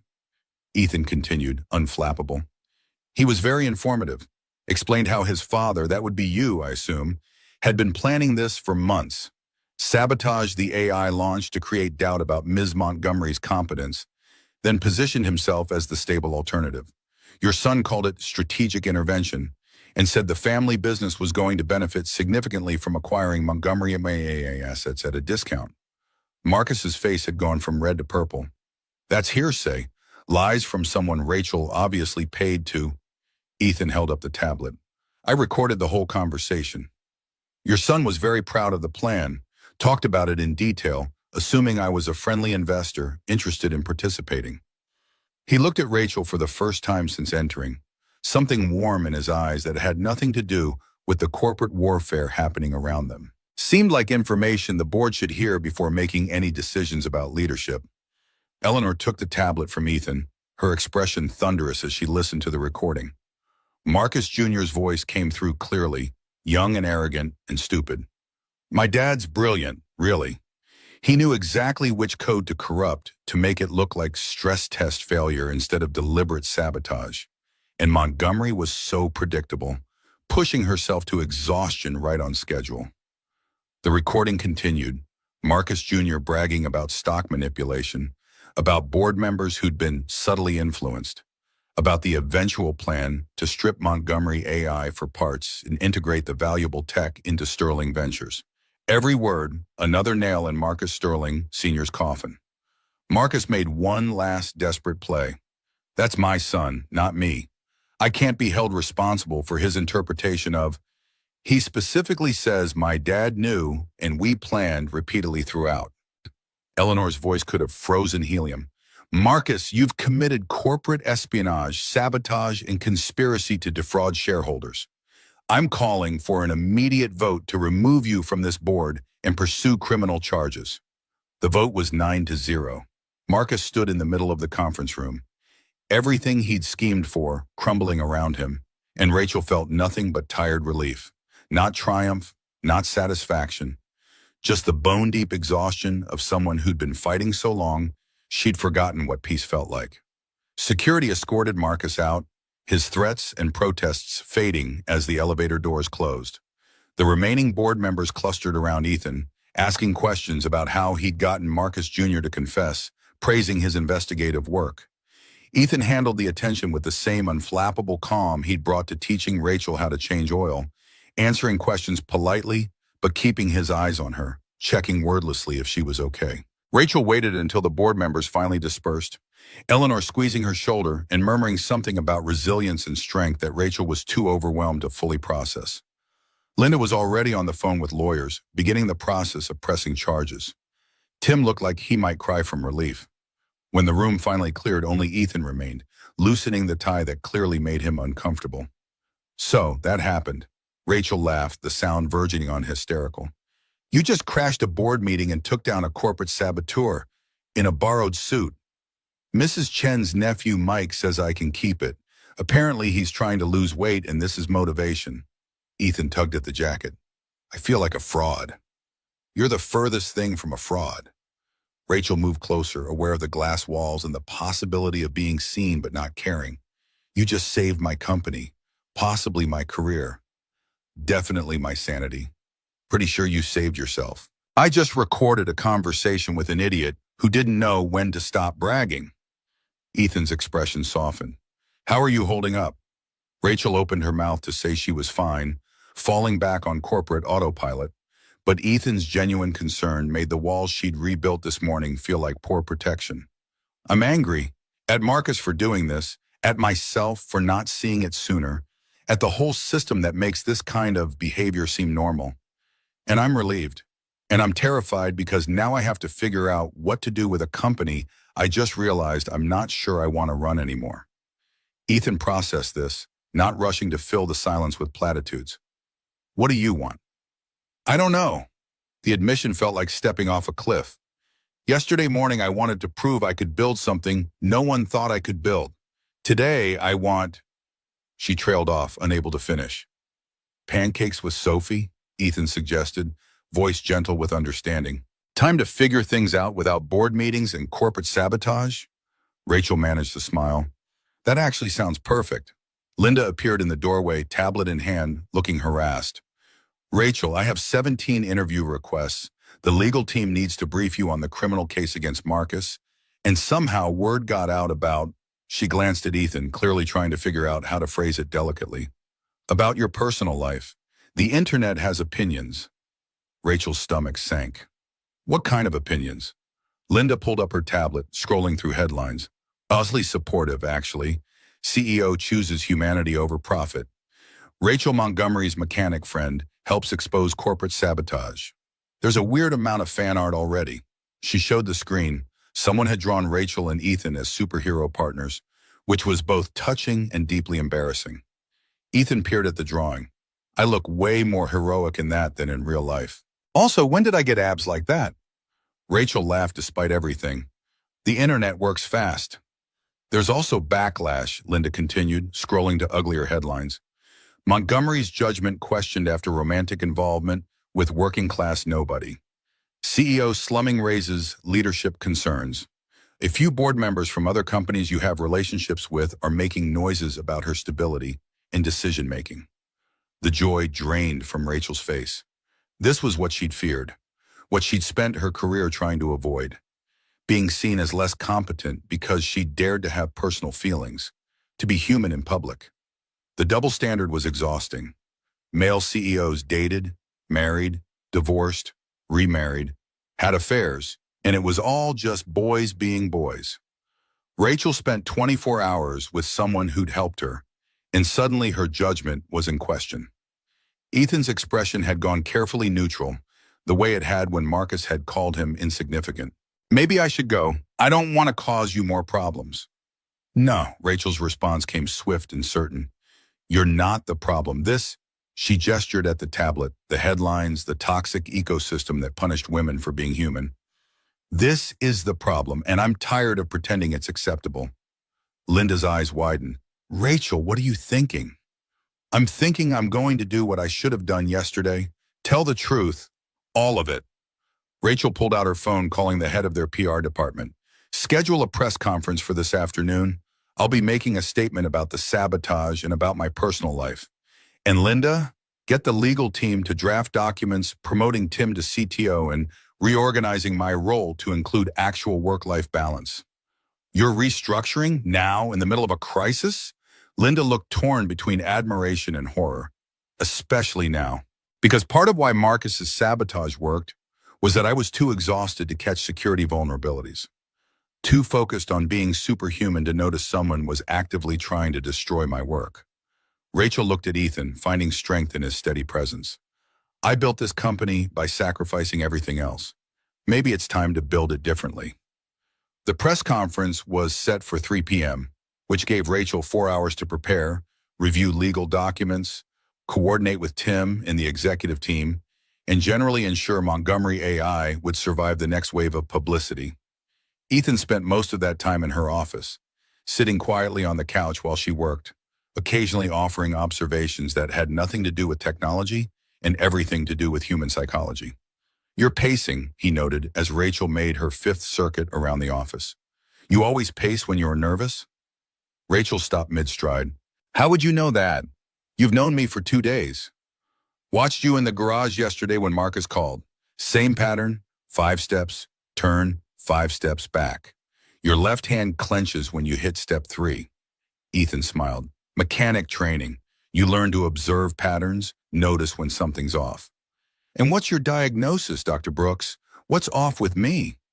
You're terrified of being seen as weak, so terrified that you're about to walk into a room full of reporters and cameras and tell them exactly how human you are, which is possibly the bravest or stupidest thing I've ever seen anyone do. Ethan stood, closing the distance between them. For what it's worth, I think brave. Rachel's breath caught as he moved into her space, close enough that she could smell the faint scent of soap and motor oil that no amount of borrowing formal clothes could completely erase.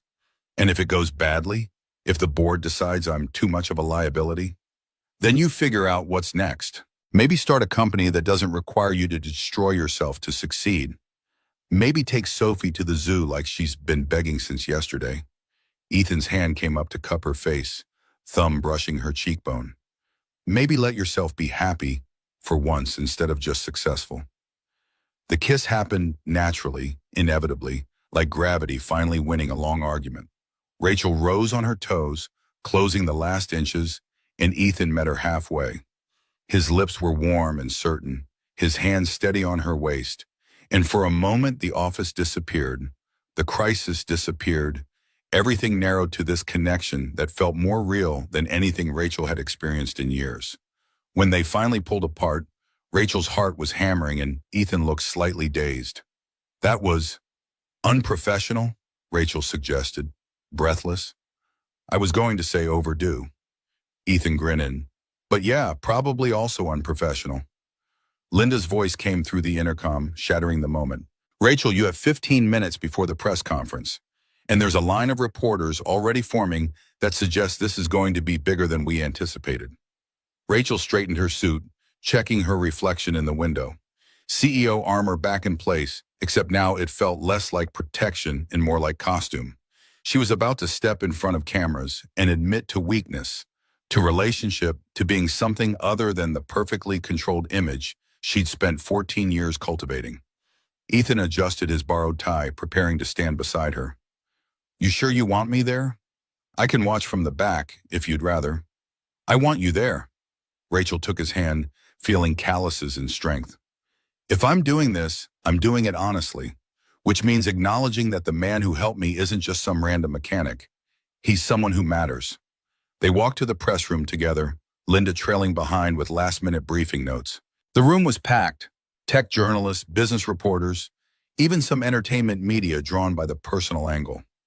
Cameras lined the back wall, live feeds already rolling.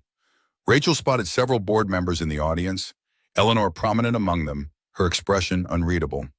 Rachel took position behind the podium, Ethan slightly behind and to her left, close enough to be present but not crowding her moment. The cameras focused, lights bright and hot, and Rachel remembered standing on that stage 48 hours ago, remembered the applause turning to gasps as her body gave out from exhaustion. This time her voice came steady and clear. Thank you for coming. I have 2 announcements today, and both require complete honesty. First, regarding the Prometheus AI malfunction and subsequent crisis. My former colleague and board member Marcus Sterling deliberately sabotaged our code repository in an attempt to destabilize my leadership and position himself for a hostile takeover. We have comprehensive evidence, including code logs, digital fingerprints, and recorded confessions from Mr. Sterling's accomplices. Criminal charges are being filed, and Mr. Sterling has been removed from the board with unanimous support. Reporters erupted with questions, hands shooting up, voices overlapping. Rachel held up a hand for silence. Second, and more personally, I collapsed at our launch event because I've been working myself to exhaustion for years. 100-hour weeks, skipped meals, ignored health warnings, all in service of proving I was strong enough, dedicated enough, competent enough to lead this company.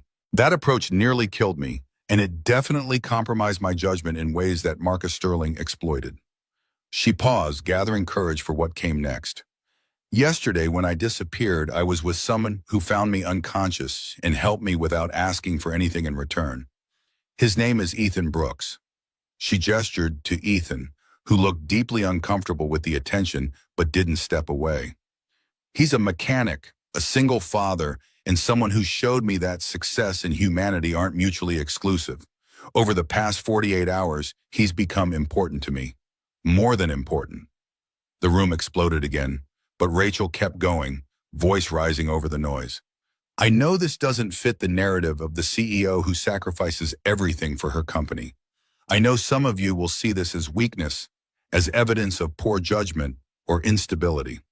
But I'm done measuring my worth by how much I'm willing to destroy myself. I'm restructuring Montgomery AI to reflect better leadership practices, promoting Tim Chen to CTO, implementing mandatory work-life balance policies, and ensuring no one feels they have to choose between their career and their humanity like I did.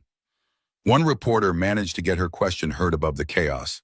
Ms. Montgomery, aren't you concerned this relationship will damage your credibility? That people will say you're not serious about your work? Rachel smiled, the expression sharp-edged. I'm concerned that we live in a culture where exhaustion is praised and balance is seen as weakness, where male executives can have families and personal lives without question, but women leaders are expected to be married to their jobs. I'm concerned that we celebrate people working themselves to death and call it dedication. So yes, I'm in a relationship. Yes, he's not from my usual world. And yes, I'm taking Sundays off from now on. If that makes me unserious, then maybe serious needs to be redefined. Eleanor stood up from the audience, her movement drawing every eye. For a moment, Rachel's heart stopped, wondering if she'd pushed too far, if even Eleanor's support had limits. Then Eleanor started clapping, slow and deliberate, and other board members joined her. And suddenly half the room was applauding, while the other half frantically took notes. The press conference continued for another 20 minutes. Questions about the technical details of Marcus's sabotage, mixing with invasive inquiries about Rachel's relationship status. She handled both with equal directness, refusing to be embarrassed or defensive.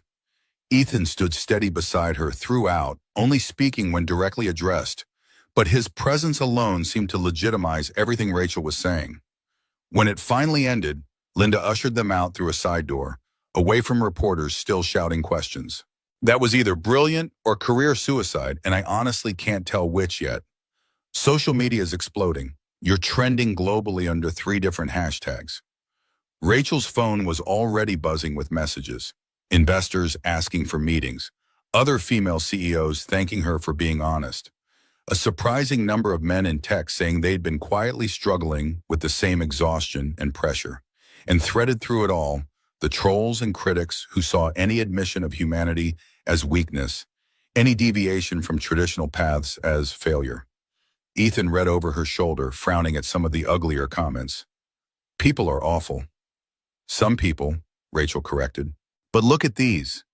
She showed him messages from young women in tech thanking her for showing that leadership didn't require self-destruction, from parents grateful that someone was finally talking about balance, from people who'd felt alone in their exhaustion until they heard someone with status admit to the same struggles. You're starting a movement, Linda observed, scrolling through her own tablet. Hashtag CEO Humanity is gaining traction. Several other executives are already announcing similar policy changes. It's like you gave everyone permission to stop pretending they're superhuman. Rachel's laugh came out slightly hysterical. I just wanted to tell the truth. I didn't expect. Her phone rang, Eleanor Hayes' name flashing on screen. Rachel answered with trepidation. Eleanor, that was the most reckless, impulsive, magnificent thing I've seen a CEO do in 40 years. Eleanor's voice carried approval mixed with exasperation. You just rewrote the rules of tech leadership while the cameras were rolling, and every company in Silicon Valley is going to be dealing with the fallout. Is that good or bad? It's necessary. We've been destroying talented people by demanding they sacrifice everything for their companies. You just made it acceptable to say, that's not sustainable. Eleanor paused. Also, your mechanic cleans up well. When you said you'd met someone, I wasn't expecting him to be the one who trapped Marcus Jr. on recording. That boy's smarter than half my investment team. Rachel glanced at Ethan, who was trying very hard to pretend he wasn't listening. He's full of surprises. Bring him to the board dinner next month. I want to meet the man who convinced Rachel Montgomery to take a Sunday off. Eleanor hung up without waiting for a response, leaving Rachel staring at her phone. Linda checked her watch. Okay, you have 45 minutes before the legal team needs you for depositions about Marcus. Do you want to prep in your office, or I want to go home? The words surprised Rachel as much as they seemed to surprise Linda. Not my penthouse, Ethan's place. I want to see Sophie, eat dinner that doesn't come from a catering service, and remember what it feels like to be somewhere that doesn't have glass walls and constant surveillance. Linda's expression cycled through several emotions before landing on resigned acceptance. Fine, I'll handle the legal prep and send you a summary. But Rachel, eventually you're going to have to actually live in your fancy apartment instead of camping out at your boyfriend's garage. Boyfriend, the label felt premature and inadequate, imperfectly accurate all at once. Rachel looked at Ethan, found him watching her with warmth that had nothing to do with professional respect and everything to do with something deeper and more dangerous. Eventually, Rachel agreed, but not today. They took Rachel's car, a Tesla that Ethan kept making mechanic noises about, critiquing the engineering choices and proprietary repair systems, and drove back to the garage in late afternoon traffic. The city slept by outside the windows, familiar skyline now loaded with different meaning.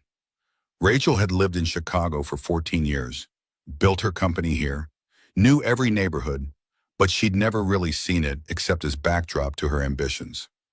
Now, watching people on sidewalks living their ordinary lives, she felt the weight of choice settling on her shoulders.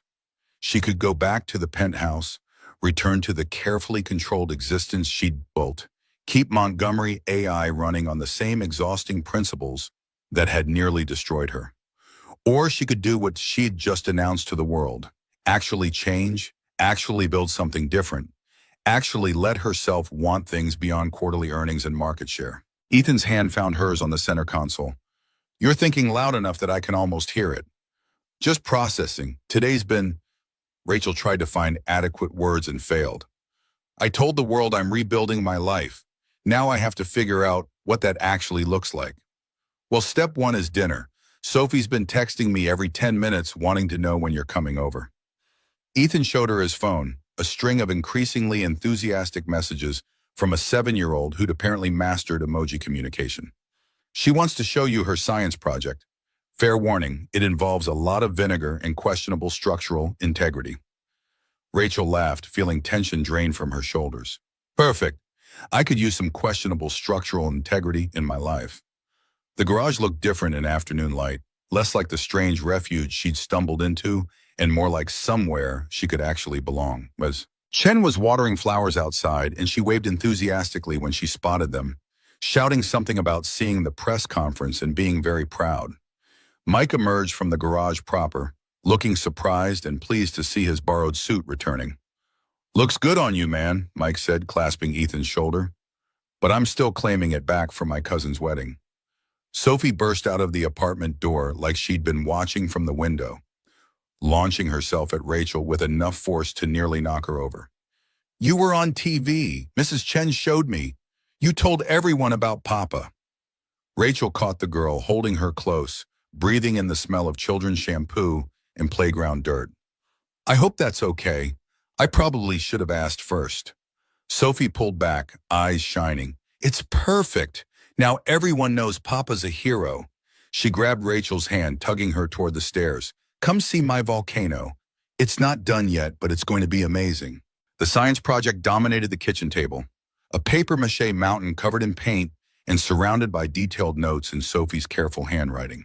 She explained the chemical reaction between baking soda and vinegar with the kind of enthusiasm usually reserved for cartoon characters in ice cream, and Rachel found herself genuinely engaged, asking questions that made Sophie's explanations go deeper.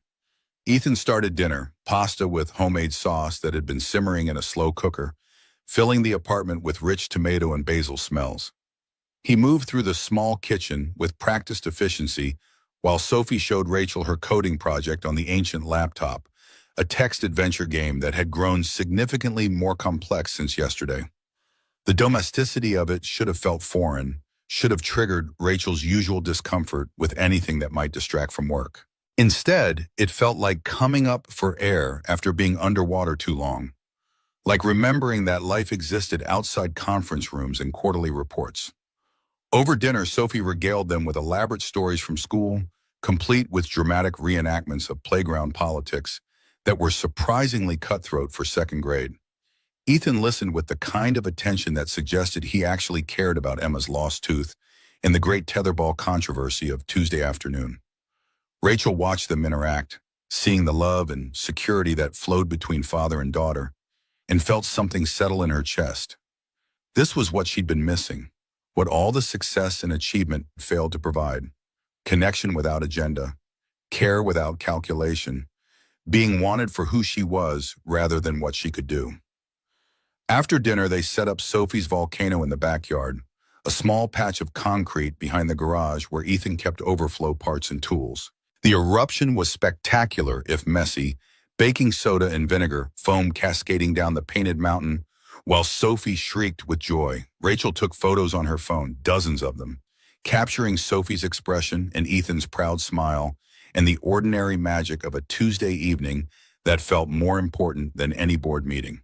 When Sophie finally went to bed, after 3 stories and extensive negotiations about bedtime, Rachel and Ethan collapsed on the couch, exhausted in the good way that came from full days lived intentionally. Rachel's phone sat on the coffee table, still buzzing periodically with messages, but she ignored it in favor of Ethan's solid warmth beside her. "Thank you," she said quietly, "for today, for all of it. I recorded a conversation and stood around looking uncomfortable while you revolutionized corporate culture. Not sure that warrants thanks." Ethan's arms settled around her shoulders, natural as breathing. "But you're welcome anyway." Rachel shifted closer, head finding the space between his shoulder and chest that seemed designed for exactly this purpose. "I meant thank you for showing me there was another option, for being proof that caring about more than work doesn't make you weak." "You're the least weak person I've ever met." Ethan's voice rumbled under her ear. "Walking into that press conference today, telling the truth about everything? That took more courage than most people manage in a lifetime. Or less sense than most people manage in a lifetime. The jury's still out." Rachel pulled back enough to look at his face, finding affection and something deeper in his expression. "Ethan, I need to say something, and I need you to really hear it." His hand came up to cup her face, thumb tracing her cheekbone. "I'm listening. This thing between us, it happened fast, maybe too fast. And I know there are 1,000 reasons it shouldn't work, 1,000 ways the world is going to judge us for not making sense on paper." Rachel took a breath, steadying herself. "But I don't care. For the first time in my life, I'm choosing something because it feels right instead of because it looks right. And you feel right." Ethan's smile was slow and genuine and perfect. "You feel right to me, too, have since you woke up confused and scared in my garage and still managed to thank Sophie for the water. I was a mess. You were human, finally." Ethan leaned in, pressing his forehead to hers. "I've spent 3 years thinking I wasn't enough because my ex-wife needed me to be something different, something bigger. Then you show up, successful and brilliant and powerful, and you make me feel like being exactly who I am is not just acceptable, but valuable. So yeah, this is fast, but it's also right. The kiss happened naturally, deeper than this morning's stolen moment, carrying promise and certainty in equal measure. Rachel's hands found the front of Ethan's shirt, pulling him closer, and he responded with careful intensity, like she was something precious he was learning to hold without breaking. When they finally separated, both breathing hard, Ethan's laugh was shaky. We should probably slow down. Sophie's just upstairs, and I'm trying to be a good role model about boundaries and appropriate relationship progression. Rachel laughed despite the heat still coursing through her system. The responsible adult approach, how novel. Don't worry, I hate it too. Ethan kissed her forehead, gentler this time. But we've got time. For once, we actually have time. They sat like that until late, talking about everything and nothing, making plans that ranged from practical to absurd. Rachel would maintain her penthouse but spend more time here, creating actual work-life separation. They'd navigate the media attention together, presenting a united front to critics, while refusing to let outside judgment dictate their choices. Sophie would meet Rachel's executive team, because if Rachel was going to be present in this child's life, Sophie needed to understand all aspects of who she was. Eventually, reluctantly, Rachel called a car service to take her back to her apartment. Ethan walked her down to the curb, hands in pockets, looking like he wanted to say something significant but couldn't find the words. Rachel solved the problem by kissing him again, brief and sweet, in the Chicago streetlight. I'll see you tomorrow? Sophie mentioned wanting to show me the proper technique for assembling an engine. You don't have to. I want to. Rachel squeezed his hand. I'm learning that what I want actually matters. Revolutionary concept. The drive back to her penthouse felt strange. The sleek building and doorman service almost alien after the comfortable chaos of Ethan's garage apartment. Her place was exactly as she'd left it, pristine and cold and perfectly designed for someone who never actually lived in it. Rachel stood in the middle of her living room, surrounded by expensive furniture and designer aesthetics, and felt completely disconnected from the space. This wasn't home. It was a trophy, evidence of success, a photo op for magazine profiles. Home was a rickety kitchen table and a 7-year-old's laugh, and a man who thought teaching her to change oil was romantic. Rachel pulled out her laptop, settling into her professional workspace for the first time in 2 days.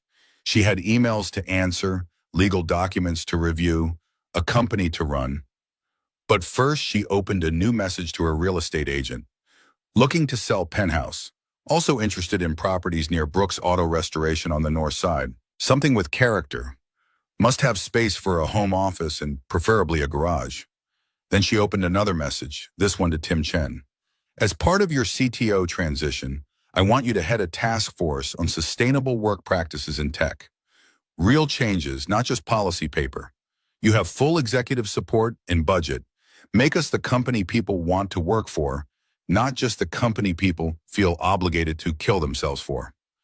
Finally, she opened her text thread with Ethan. Thank you for today. Thank you for yesterday. Thank you for showing me there's more to life than quarterly earnings.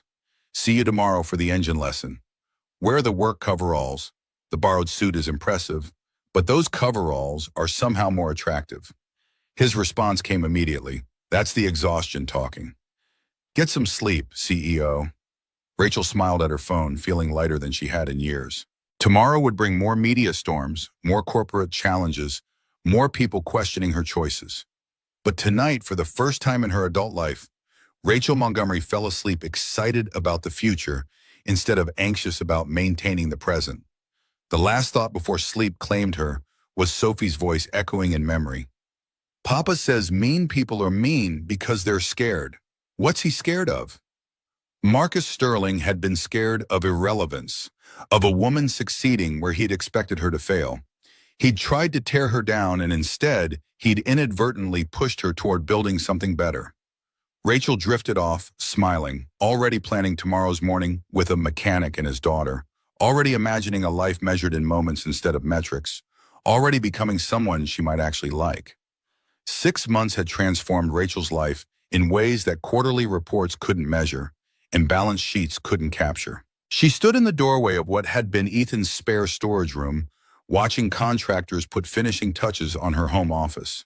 Real wood desk-facing windows that overlooked the garage, shelves already loaded with technical manuals and Sophie's artwork in equal proportion. The house they'd found together sat 3 blocks from the garage, a 1920s bungalow with original hardwood and a kitchen big enough for family dinners, purchased with cash and zero regrets about leaving the sterile penthouse behind. Montgomery AI stock had hit record highs after the restructuring.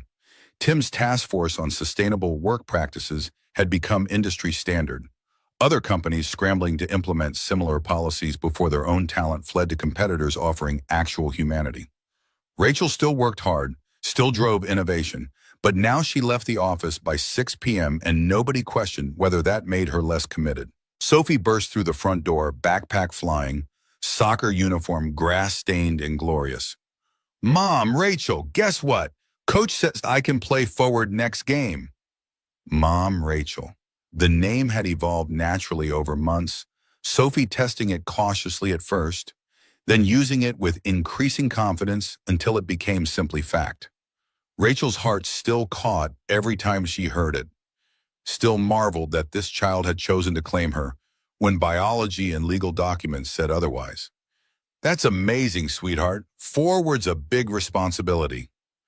Rachel caught Sophie in a hug, ignoring the dirt transferring to her work clothes. "You ready for that?" "Papa's been training me. Watch." Sophie demonstrated footwork in the hallway, narrowly missing a lamp. "See, I'm getting faster." Ethan appeared behind his daughter, coveralls exchanged for jeans and a clean shirt since he'd been handling the business side of the garage rather than actual repairs today. His business had expanded significantly. 2 new mechanics hired to handle overflow, a waiting list of clients wanting Brooks restoration work specifically. Turned out being featured in a dozen news articles as the mechanic who helped take down corporate sabotage was excellent advertising. His eyes found Rachel's, warmth and something deeper passing between them. "How was the board meeting?" "Productive. Eleanor wants me to speak at the Tech Leaders Summit in March about work-life balance and sustainable success models." Rachel moved into the kitchen, starting dinner prep with the kind of domestic routine that would have seemed impossible a year ago. Also, Marcus's sentencing hearing got moved up. Linda thinks he's trying to negotiate a plea deal. Sophie's expression clouded. "The mean man's going to jail?" "Probably." Ethan ruffled his daughter's hair. "He did bad things, and there are consequences for that." "Good." Sophie's fierce certainty made Rachel smile. "He tried to hurt you and Mom, Rachel. He deserves consequences." Dinner was the controlled chaos Rachel had learned to love. Sophie talking 90 miles per hour about school drama, Ethan interjecting with terrible dad jokes, Rachel contributing stories about the absurdity of corporate culture that made Sophie giggle. The kitchen table was scarred wood rather than designer glass. The chairs didn't match, and Rachel had never been happier. After dinner, while Sophie tackled homework with the kind of intense focus she'd inherited from both parents, biological and chosen, Rachel's phone rang. Unknown number, which usually meant reporters still trying to get exclusives about her unconventional lifestyle choices. She almost ignored it, then something made her answer. "Is Montgomery?" The voice was female, young, nervous. "This is Sarah Chen from Child Protective Services. I'm calling regarding Sophie Brooks." Rachel's blood went cold. "What about Sophie?" Ethan looked up from where he was reviewing garage accounts, catching her tone. Sophie remained oblivious, bent over her math homework. Sarah Chen's voice carried professional sympathy that made everything worse. "We received a complaint alleging that Sophie's living situation has become unstable due to her father's relationship with you. The complaint suggests that Sophie is being exposed to inappropriate media attention and that her welfare should be evaluated." "Who filed the complaint?" Rachel already knew, rage building hot behind her ribs. "I'm not at liberty to say, but it came from someone with legal standing to express concern about Sophie's welfare." Sarah paused. "I need to schedule a home visit within the next 48 hours to assess the situation. It's standard procedure when allegations are made." Rachel's hand clenched around the phone. "This is retaliation. Marcus Sterling is facing criminal charges, and he's trying to hurt us through Sophie." "I understand this is stressful, Ms. Montgomery, but I have to follow protocol. Can we schedule the visit for tomorrow afternoon?" They set a time, Sarah's professional politeness never wavering, and Rachel ended the call feeling like she'd been punched. Ethan was already standing, reading her expression with the accuracy that came from 6 months of learning each other's tells. What happened? Rachel glanced at Sophie, still absorbed in fractions, and lowered her voice. CPS. Someone filed a complaint about Sophie's living situation. Ethan went pale, fear flickering across his features before he locked it down. Marcus? Has to be. This is exactly the kind of vindictive bullshit he'd pull when backed into a corner. Rachel moved closer, keeping her voice calm despite fury threatening to crack through. We need to call Patricia Chen, our family lawyer, not the social worker, and we need to do it now. Sophie looked up, sensing tension in the sudden quiet. What's wrong? Ethan managed a smile that didn't reach his eyes. Nothing, baby girl, just some boring adult stuff. You finish your homework, and then we'll watch that movie you wanted, okay? But Sophie was too perceptive, too used to reading her father's moods. Is the mean man trying to hurt us again? Rachel knelt beside Sophie's chair. Someone made a complaint to check that you're safe and happy, which you are, obviously, but we have to prove it to people who don't know us. That's stupid. Sophie's logic was 7-year-old absolute. Anyone can see I'm happy. I have Papa and you and Mrs. Chen and my friends and soccer and school. What else is there? Rachel hugged her. You're absolutely right, but sometimes adults make things complicated because they're scared or angry or just mean. Like Mr. Marcus. Like Mr. Marcus. Rachel stood, pulling out her phone. But we're not going to let him win. We're going to show everyone that you have the best family, and nothing he does can change that. Patricia Chen arrived within an hour, her presence somehow both reassuring and terrifying, because it meant this was serious enough to warrant emergency legal consultation. She sat at the kitchen table. Sophie had been sent to her room with promises of movie night later, and reviewed the complaint with clinical detachment. It's thin, Patricia pronounced finally. Allegations about media attention and unstable environment without specific instances of harm. But thin doesn't mean harmless. CPS has to investigate every complaint, and if the social worker decides there's any merit, this could escalate. Ethan's hands were fisted on the table. What's the worst-case scenario? Removal while investigation continues. It's rare, only happens if there's evidence of immediate danger. Patricia's expression softened. But I've seen vindictive complaints weaponized before. We need to present overwhelming evidence that Sophie is thriving.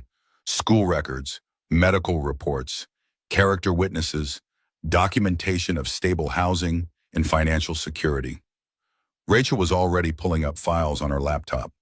Sophie's on the honor roll, hasn't missed a day of school in 6 months. Her pediatrician gave her a clean bill of health at her last checkup. I have financial statements showing Ethan's business income has tripled since we met. This house is paid for in cash. There's a college fund already set up in Sophie's name. Good. What about the media attention angle? Patricia looked between them. That's going to be their strongest argument, that Sophie's been thrust into a spotlight because of your relationship. Ethan ran his hand through his hair. She's been in exactly 2 photos that made it to press, both taken at the park when we didn't know cameras were there. We've been careful to keep her out of public events, but the relationship itself has been public. Patricia pulled up news articles on her tablet. Rachel, your press conference 6 months ago mentioned Ethan and Sophie. There have been dozens of follow-up stories. Someone could argue that by association, Sophie's been exposed to scrutiny a child shouldn't face. Rachel felt sick. I was trying to be honest. I was trying to show that you can have success and personal life both. I never meant... I know. Patricia's voice was gentle. But good intentions don't always protect us from consequences. Here's what we're going to do. Compile everything showing Sophie's well-being has improved since you entered her life. Teachers, coaches, friends' parents, anyone who can testify that she's happy and secure. We prepare the house for inspection, make sure everything is spotless and child-appropriate, and we get character witnesses lined up who can speak to your fitness as a parental figure. I'm not her parent, Rachel's voice cracked. Legally, I'm nobody, just her father's girlfriend. Ethan's hand found hers under the table, gripping tight. You're more than that, to both of us. Patricia studied them with the assessing gaze of someone who'd seen every variation of family structure. Legally, yes, you have no standing, but in practice, you've been co-parenting for 6 months. You're listed as emergency contact at Sophie's school. You attend parent-teacher conferences. You've integrated completely into her daily life. That matters. Does it? Rachel heard the bitterness in her own voice. Because right now it feels like everything I've done just made Sophie a target. No. Ethan's response was immediate and fierce. Marcus made Sophie a target because he's vindictive and cruel and can't stand that we're happy. That's on him, not you. Patricia cleared her throat. The reality is that your profile makes you an easy target for this kind of attack. Marcus knows that threatening a child will generate maximum damage with minimum effort. But it also means we have resources most families facing CPS complaints don't have.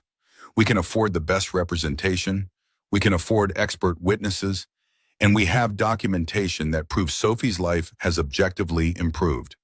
We're going to fight this, and we're going to win. The next 24 hours were a blur of preparation.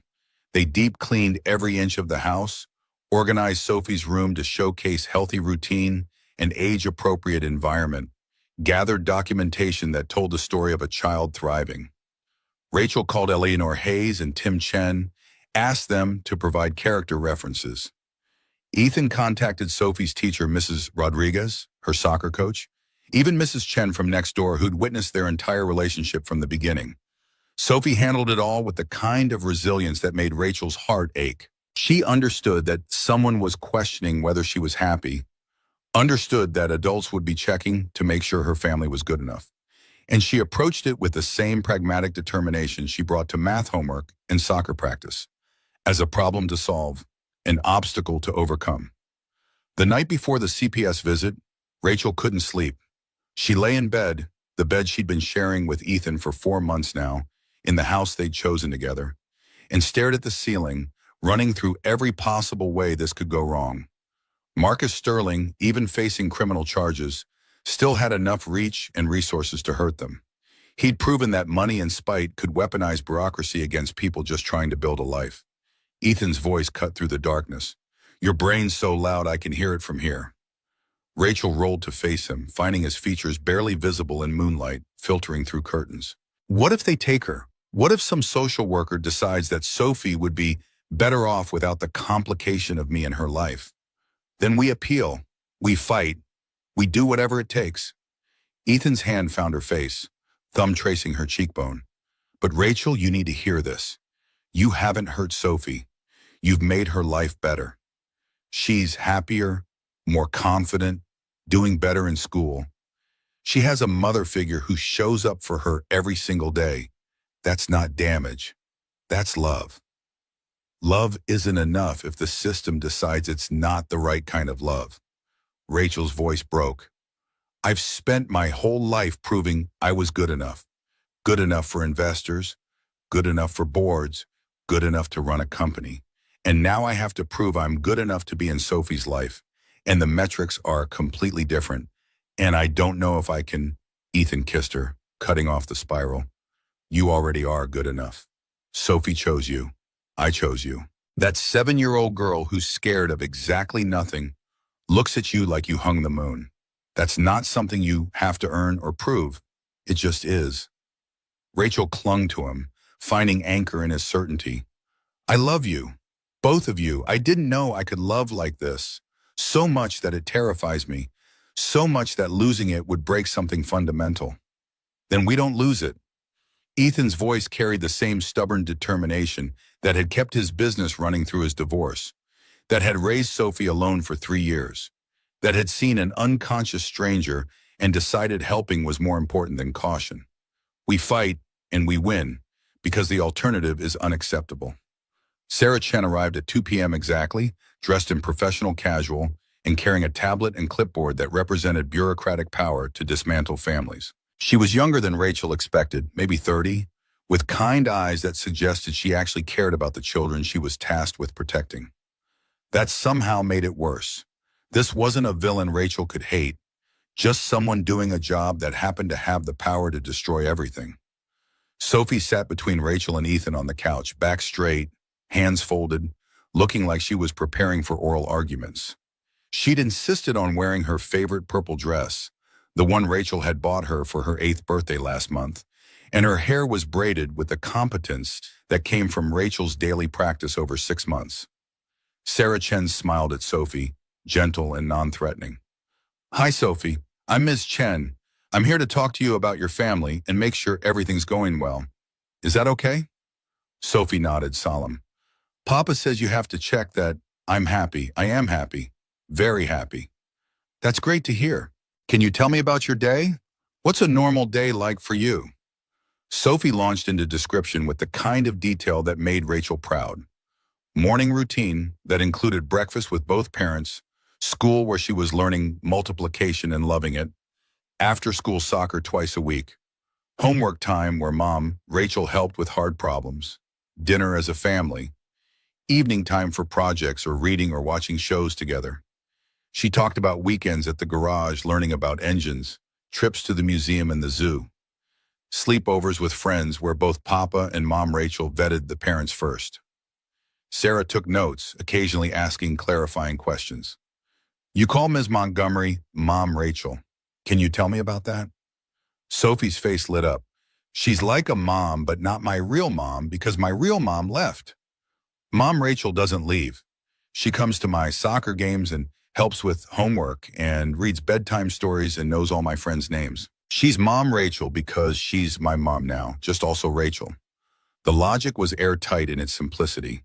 Sarah glanced at Rachel, something shifting in her expression. "How long has Ms. Montgomery been living here?" "She moved in 4 months ago," Ethan answered. "Before that, she stayed over frequently enough that it made sense to make it permanent." "And the media attention? Sophie, do you feel like you've been bothered by reporters or photographers?" Sophie frowned, thinking. "There were cameras at the park twice. Papa and Mom Rachel said to ignore them, so I did. And kids at school know Mom Rachel is famous, but that just makes them think I'm cool.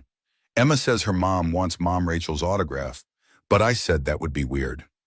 Sarah asked more questions, increasingly routine ones about school and friends and hobbies. She asked to see Sophie's room, nodding approval at the organized space that balanced childish decoration with age-appropriate responsibility. She reviewed Sophie's school records, her medical files, the college fund documentation that showed long-term planning and financial stability. Finally, she asked to speak to the adults alone. Sophie was sent to her room with instructions to start homework, though Rachel suspected she'd actually be pressed against the door trying to hear everything. Sarah Chen settled back at the kitchen table reviewing her notes. "I've done over 300 home visits in my career. I've seen every variation of family structure, every kind of environment, and I can tell you with complete professional confidence that Sophie Brooks is one of the most secure, well-adjusted children I've encountered." Relief flooded Rachel's system so fast she felt dizzy. Ethan's hand found hers under the table, squeezing. Sarah continued, "She's thriving academically, socially, emotionally. She has clear routine, stable housing, adults who are present and engaged in her life. The complaint alleged instability, but I see the opposite. I see a child whose life has significantly improved over the past 6 months." "So this is over?" Rachel heard the hope in her own voice. "My recommendation will be to close the complaint as unfounded." Sarah's expression hardened slightly. "However, I'm required to note in my report that this appears to be a retaliatory filing designed to harass rather than protect. I'll be recommending that any future complaints from the same source be flagged for extra scrutiny." Ethan's laugh was slightly hysterical. "You can tell it's from Marcus Sterling? I can tell it's from someone more interested in causing damage than protecting a child." The allegations were vague, the evidence non-existent, and the timing suspicious given Mr. Sterling's current legal troubles. Sarah stood, gathering her materials. "You should receive official notification within a week, but consider this matter closed." After Sarah left, after they'd assured Sophie that everything was fine and she wasn't going anywhere, after the adrenaline had faded enough to think clearly, Rachel found herself standing in the backyard, staring at the garage lights in the distance, trying to process how close they'd come to losing everything. Ethan found her there, wrapping his arms around her from behind. "It's over. This one's over. But Marcus isn't done. He's facing years in prison, millions in fines, his entire reputation destroyed. He's going to keep trying to hurt us until he physically can't anymore. Rachel leaned back into Ethan's warmth. How do we protect Sophie from that? How do we build a life when someone's actively trying to tear it down? We keep doing what we've been doing. We love each other. We take care of Sophie. We don't let fear make decisions for us. Ethan turned her to face him, moonlight catching his features. Rachel, 6 months ago, you told a room full of reporters that you were choosing humanity over hiding. Marcus's attacks are proof you were right. People hate it when you refuse to play by rules designed to break you. So we just endure? Keep waiting for the next crisis? No, we stop reacting and start acting.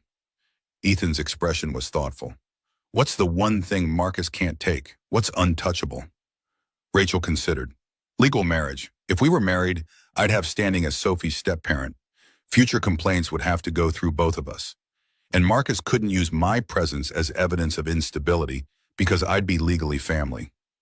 Ethan smiled, slow and certain. Exactly what I was thinking.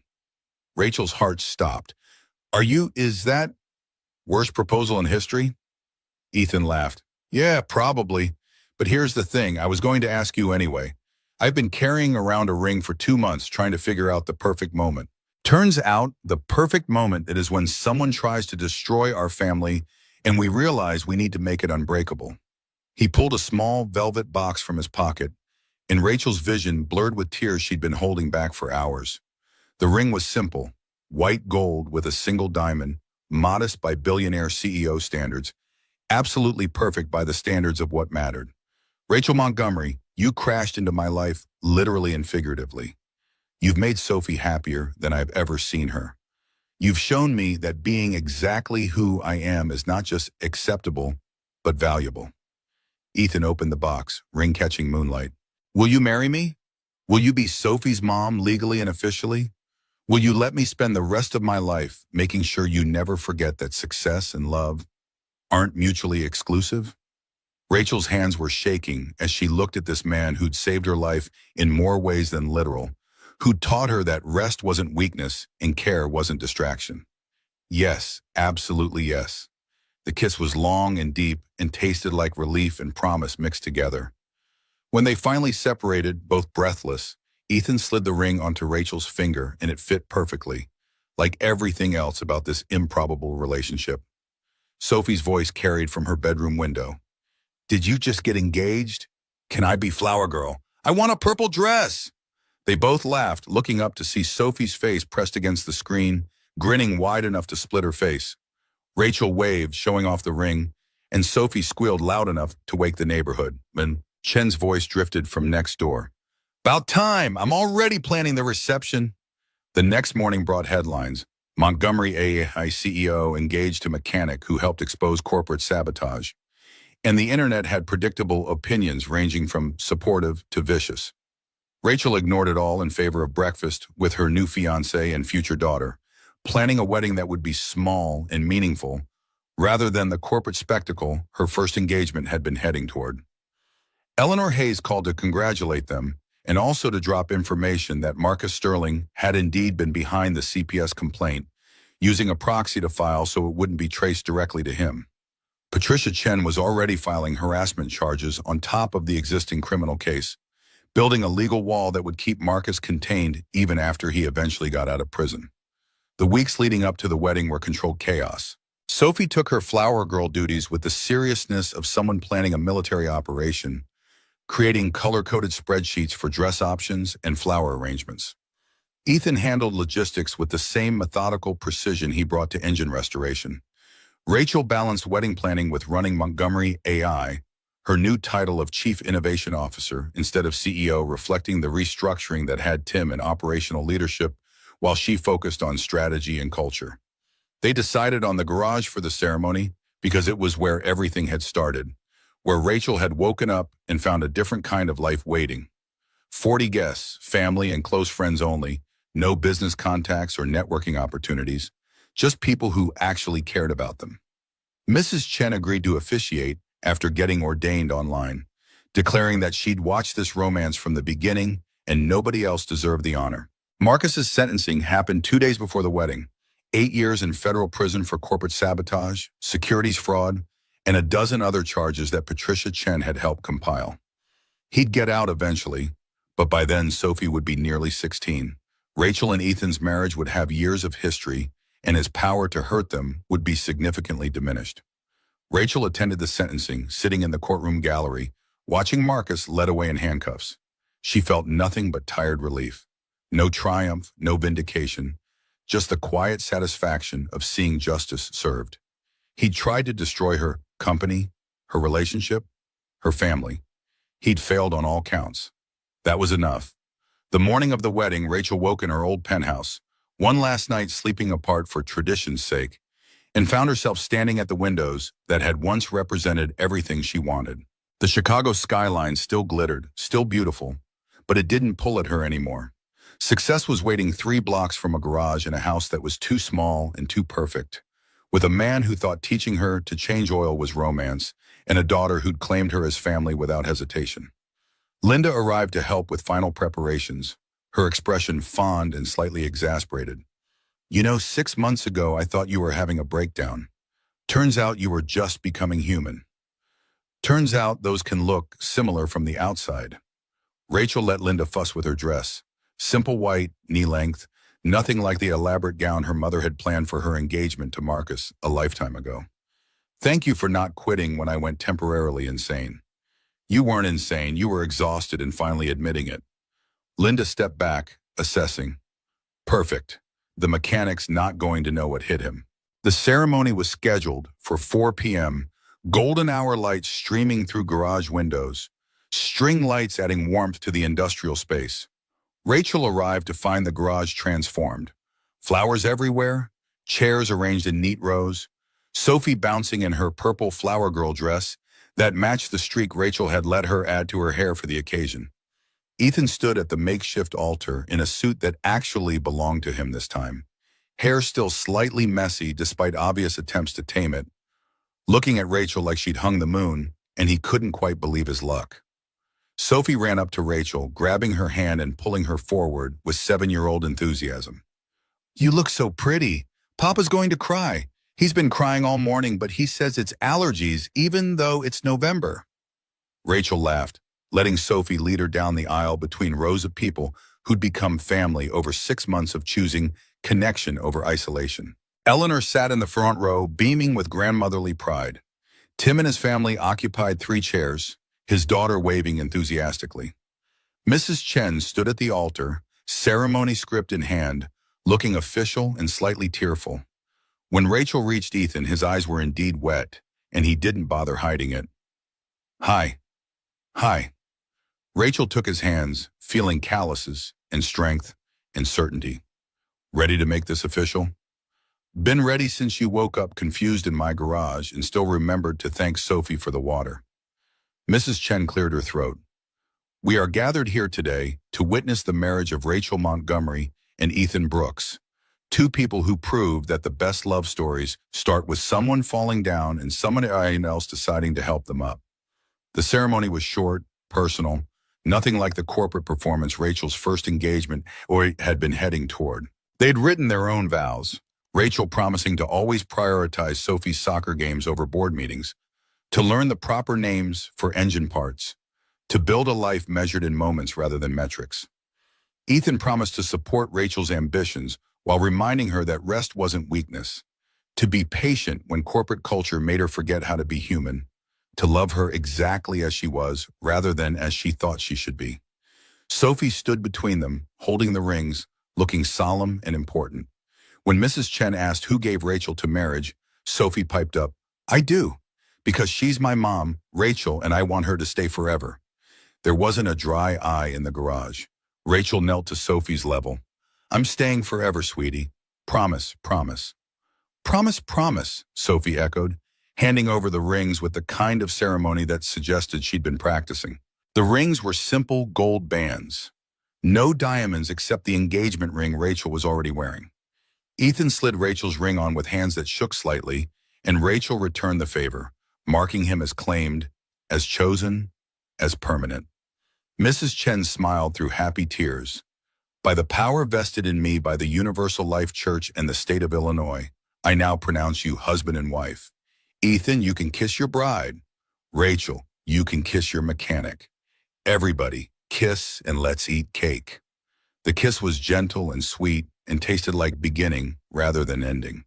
When they separated, Sophie launched herself at both of them, wrapping her arms around their legs and declaring this the best day of her life.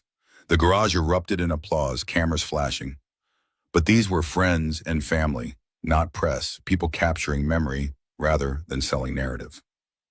Epilogue: 6 months later, the morning sun caught the gold band on Rachel's left hand as she signed off on the quarterly report. From her home office window, she could see Sophie practicing soccer drills in the backyard while Ethan guided a customer through the Mustang's final inspection. 2.5 years of work, finally complete. Montgomery AI stock had reached record highs. Tim's Sustainable Work Practices Task Force had become industry standard, other tech companies following suit. Rachel left the office at 6 p.m. every single day, and the board had stopped asking if she was still committed. "Mom, Rachel," Sophie's voice carried through the open window. "Can you help with my science project after lunch?" "Absolutely," Rachel called back, closing her laptop without hesitation. Her phone buzzed. Marcus Sterling's final appeal had been denied. 8 years, no parole. She felt nothing but distant relief. He'd tried to destroy everything she'd built, and instead he'd inadvertently pushed her toward building something better. Eleanor's text came next. "Board dinner next month. Bring the family." Yes, that means Sophie too. She's more entertaining than half the executives. Rachel smiled, typing back, "We'll be there." Sophie's already planning her outfit. Through the window, she watched Ethan shake hands with his customer, pride evident in every line of his body as the man drove away in the fully restored Mustang. Sophie ran to him, and he scooped her up, spinning her around. Both of them laughing, perfectly happy in their ordinary Wednesday afternoon. Rachel's old life, the penthouse, the 100-hour weeks, the crushing isolation, felt like someone else's story now. A cautionary tale about what happened when you confused achievement with fulfillment. This life, messy and imperfect and absolutely right, was measured in soccer games and engine rebuilds and family dinners. In Sophie's homework questions, in Ethan's steady presence, in the kind of success that couldn't be quantified on a balance sheet. Her phone buzzed again. "Linda, CNN wants an interview about the 1-year anniversary of your press conference. They're calling it the CEO Humanity Movement. Thoughts?" Rachel typed back, "Tell them I'm available Tuesday at 2 p.m., but only if they're okay with Sophie photobombing if she gets home early from school." Linda's response was immediate. "You've completely lost your corporate edge. I love it." Rachel closed her laptop and headed downstairs. Outside, her husband was teaching their daughter the proper way to diagnose engine sounds. Both of them bent over the hood of Mrs. Chen's ancient Honda Civic, completely absorbed. "Room for one more?" Rachel asked, grabbing coveralls from the hook. Ethan looked up, that same warm smile he'd given her the morning she'd woken up in his garage, confused and scared and unknowingly ready for everything to change. "Always," he said, and Rachel Brooks Montgomery, CEO of Montgomery AI, wife, mother, and finally, after 32 years of searching, someone who'd learned that the greatest success was simply being brave enough to be human, stepped into the sunshine and joined her family. The Mustang gleamed in the garage behind them, a testament to patience and craftsmanship and the value of taking time to do things right. Rachel thought about that first day, changing oil with hands that had never touched an engine, learning that competence came in forms she'd never valued before. She thought about Marcus in his prison cell, probably still convinced he'd been right about everything, still unable to see that power without humanity was just emptiness, dressed in expensive suits. She thought about the board members who doubted her restructuring, who'd warned that prioritizing balance over grind would destroy the company. They'd been wrong. Montgomery AI was stronger now, built on foundation of people who showed up rested and engaged rather than exhausted and resentful. But mostly she thought about Sophie's laugh, Ethan's hands guiding hers through a repair, and the profound truth that she'd stumbled into one random night when her body had finally forced her to stop running. Success, it turned out, looked exactly like this.